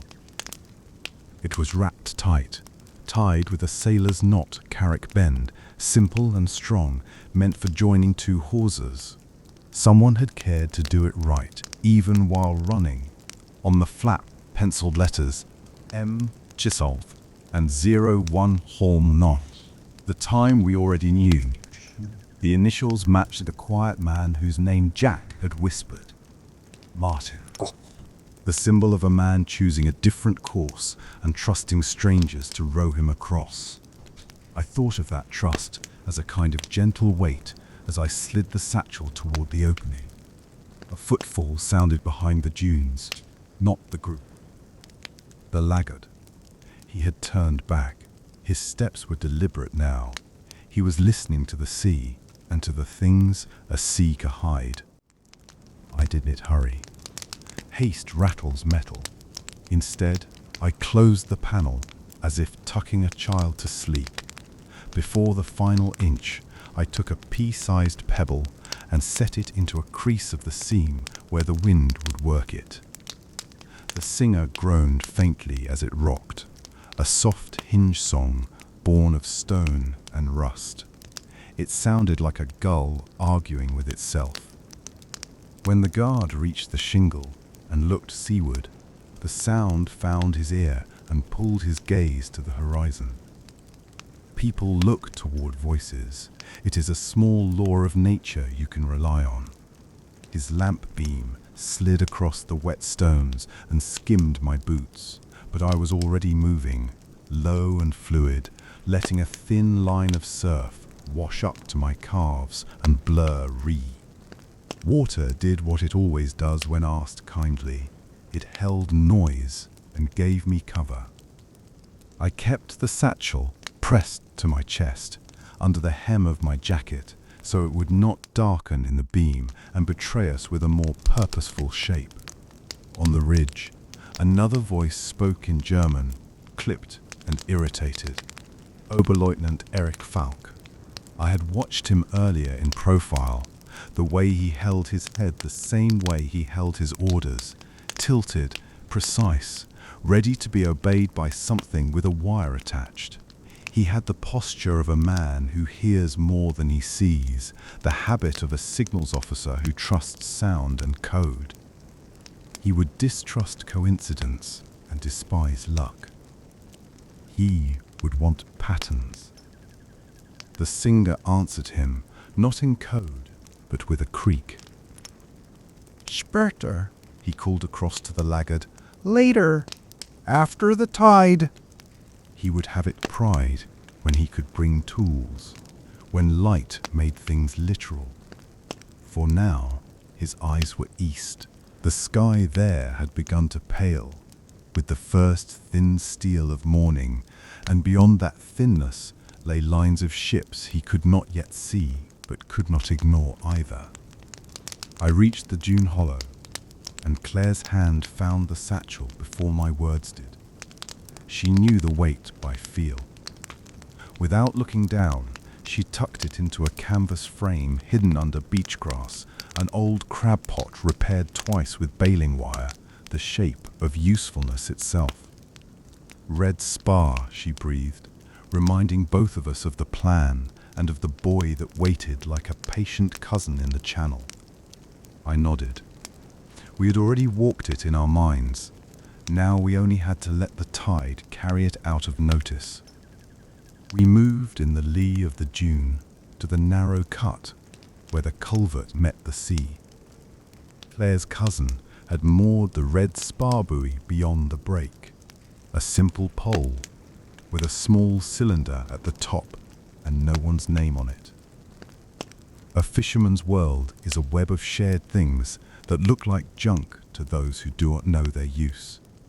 That is why such objects are perfect for secrets.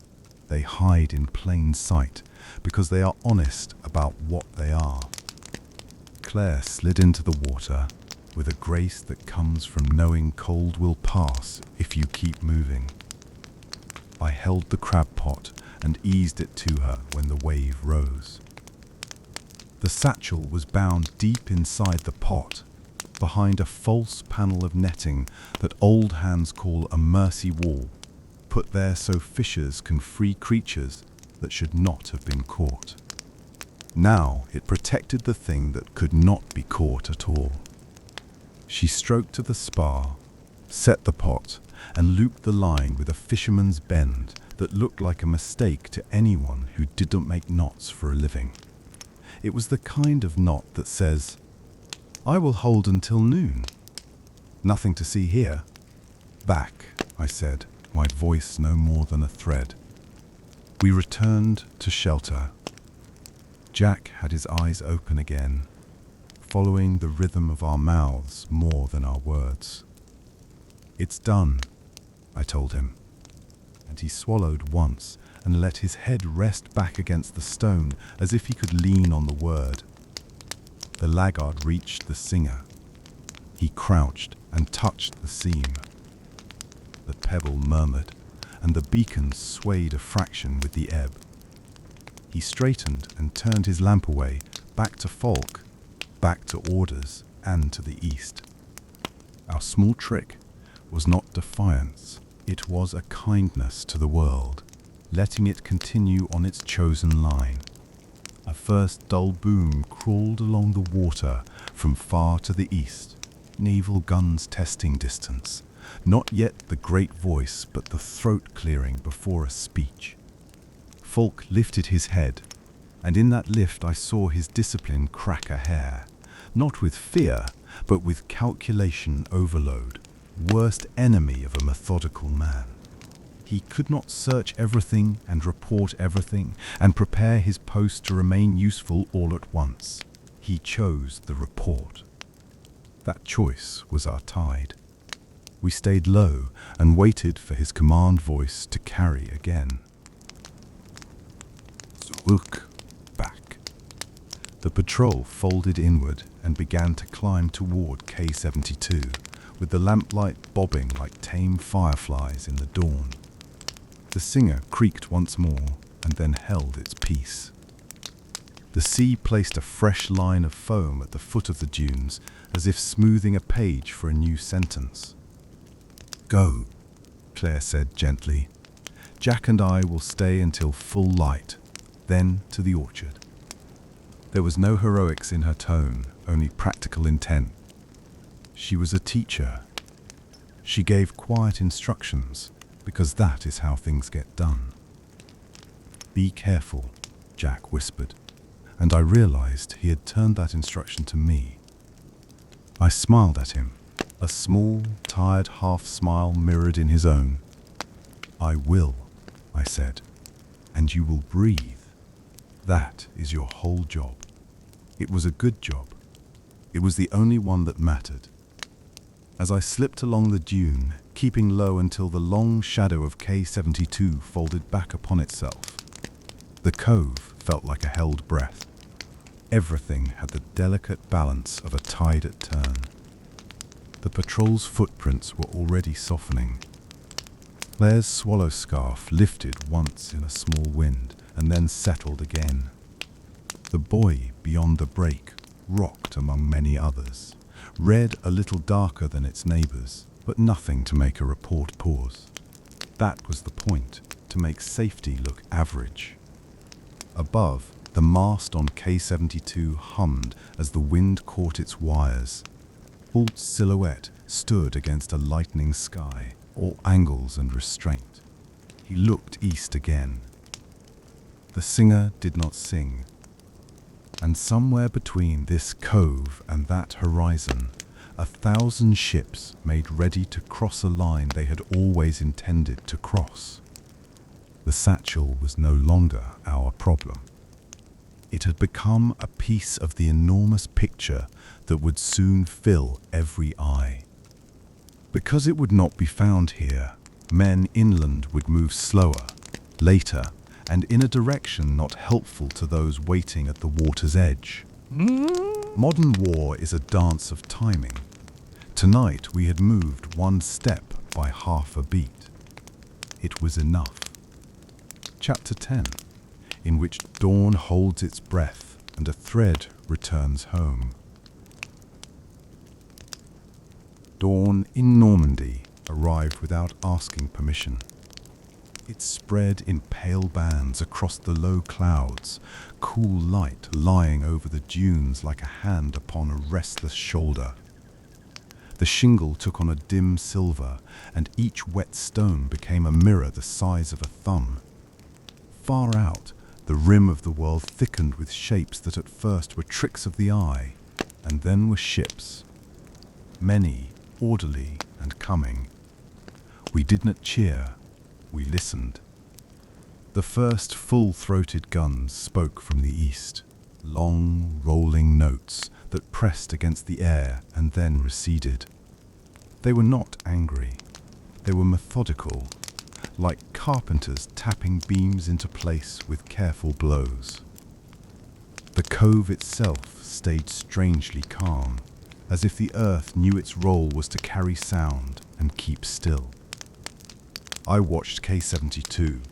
Oberleutnant Erich Falk had a map board propped on the low parapet, paper already damp from the sea's touch. He leaned over it the way he would lean over a telegraph key, steady, crisp. His glasses caught and released the growing light. He spoke to a runner, sent him off, turned to his mast, and listened to the aerial sing as if the wire could tell him which threat mattered now and which could be deferred. Even now, he tried to be exact. His exactness had played into our hands because exact men need evidence in hand to move. The satchel did not provide that to him. That small absence would make a large difference later. Not in this cove, but in the way signals chiefs argued over reports and where reserve armor rolled when the first urgent calls arrived. Fortitude had always been a lie, made of 100 honest-seeming details. Our satchel contained enough of those details to keep the larger lie intact. Jack stirred and tried to sit. Pain drew a ragged line across his face, but he anchored himself with a slow breath. Then another. Claire knelt and checked his bandage, her hands no nonsense and kind. "Only the orchard," she said. Then the cider barn. Her voice was as quiet as bread rising. She had a plan for every turn. He nodded. "The buoy?" "Set," I said. "Your Mr. Martin has his proof, and so do we." I imagined a small boat, later, nudging the red spar as if checking a knot, a routine that possessed no drama, and that was why it would succeed. A hand would reach down, lift the pot, take the satchel out without even standing up. No one on the dunes would be interested in fishermen keeping fishermen's time while the world's largest armada did what it had come to do. A new sound rolled across the water. Many small engines in loose unison. I felt it in my ribcage first.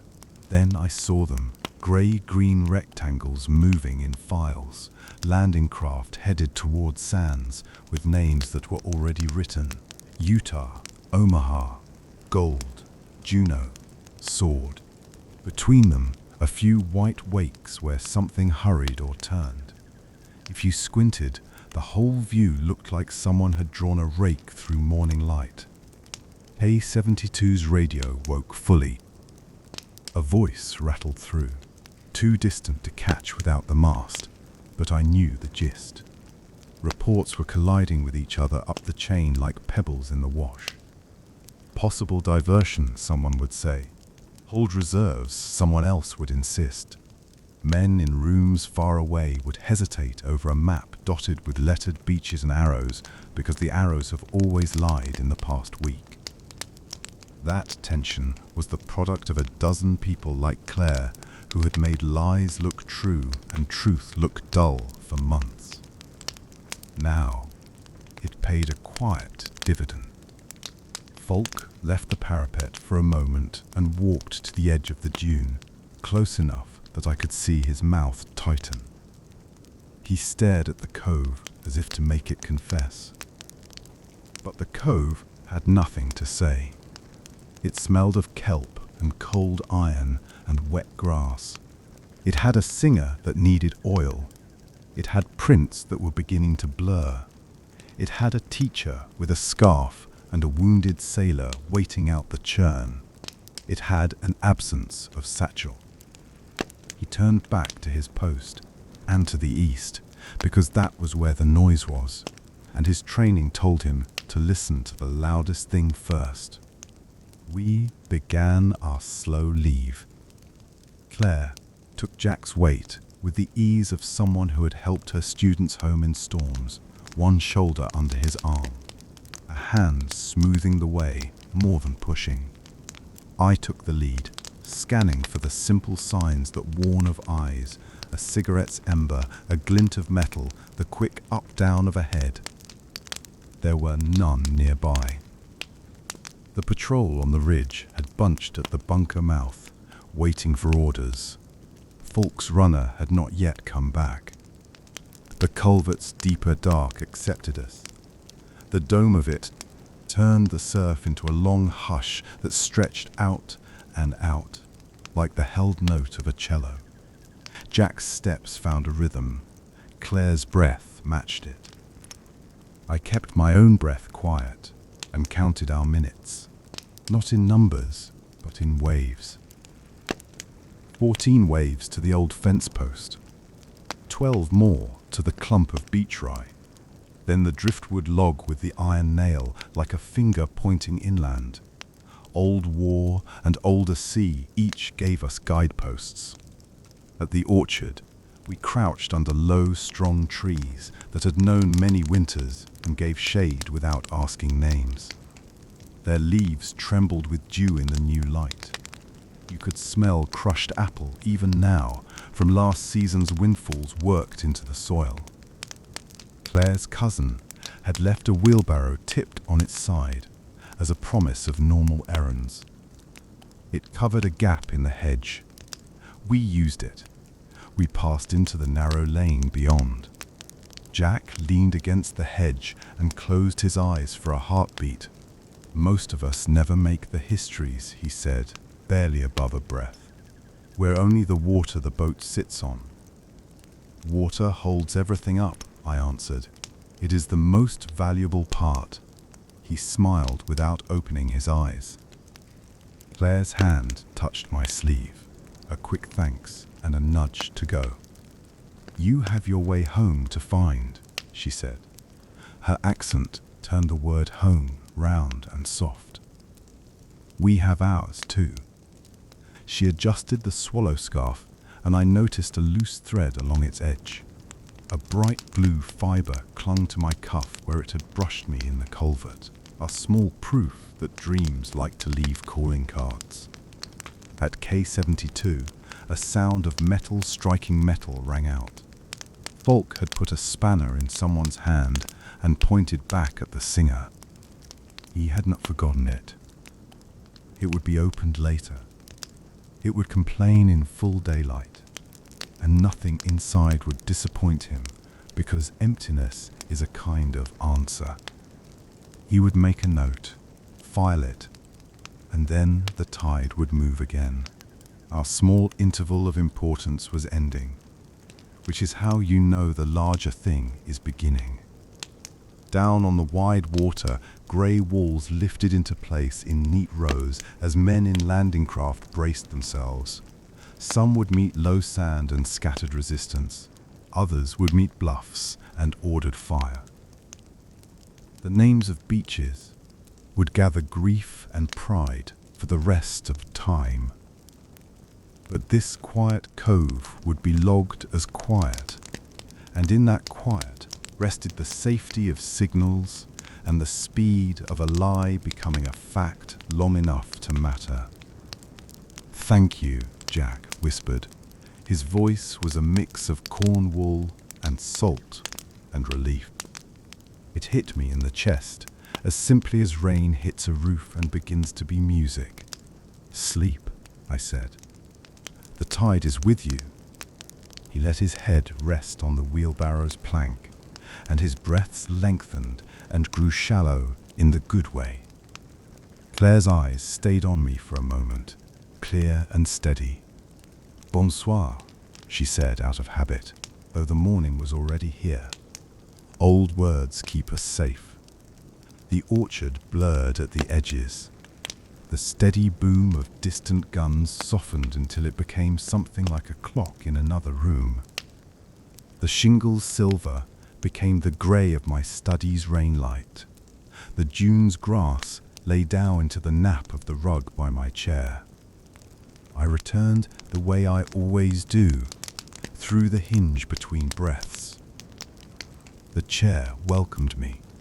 Its arms had the comfortable dents of long thinking. Penelope sighed from her basket and rearranged her paws with the softest thump. The rain on the window had kept its promise and continued its kind work of washing the world. On my desk, the brass lamp shutter stamped K72 caught the grey beam from the pane. It held its green paint in flakes. Sand fused in the edges like sugar. Beside it, on the blotter, a single blue wool thread lay caught on my sleeve, where Claire's scarf had brushed it. I pinched it gently, held it to the light, and set it by the shutter. I labelled a tag with my slow pen, K72, Singer, KN 2711. I slid the shutter into its tray. The clasps clicked, small, tidy sounds that signal an end of a chapter. There is no ceremony in truth. It is content to be filed, if filing is what keeps it safe. Outside, the rain eased, then thickened, then eased again. The day was deciding on its tempo. I settled deeper into the chair and let my breath meet it there. The rest of the night, and the day that followed, belonged to those on the beaches. But here, in this small room, where stories choose soft voices, the work had gentled. The danger had narrowed to nothing. The tide was full and then went out. It would come back, as it always does. The fire in the grate had fallen to coals. They made a red that was quiet rather than fierce. I'll leave you with the sound that came next, because it carries sleep better than any speech. The rain on slate roofs begins to write a long, even sentence. Each drop finds its place. There are no surprises left for tonight, only the slow, sure work of water smoothing edges. A gull somewhere turns one circle and then rides the air without effort. Its wing feathers hardly move. The air, cool and clean, smells of salt and wet rope and the faint sweetness that brass leaves on a finger after you've handled it. A rope hums softly where it crosses a mast, a low string on a quiet instrument. It is the kind of music you feel along your skin rather than hear with your ears. From a village inland, Isignog, perhaps. Bells speak in a wooden tone. New alarm, not hurry. They count the hour and then let silence take over again. If you listen closely, there is the extra sound of a door opening and closing as someone fetches a loaf from the hearth. Warm bread breathes its shy steam into a room that opens to a lane where rain beads on apple leaves and slides off in orderly drops. Fields beyond the dunes accept the light steadily. Each hedgerow holds 1,000 beads of water, and a blackbird hops along the top, its weight bending the smallest twig until the drop slides off and falls into the ruts of a sunken lane. A cart sits under a plank roof. Its wheels are still, and the puddle under one rim trembles only when a breeze chooses to pass. Down at the harbour, boats lean into ropes that creak, as if telling jokes they told last year and the year before. Nets lie folded with the patience of old hands, floats like a string of wooden moons. The smell there is tidy, salt, fish, tar, and a hint of coffee from a mug someone left on a coil of line. It is all right that the coffin falls. No one needs to hurry. No one. The channel itself spreads like a sheet pulled smooth. Small wavelets keep count without needing numbers.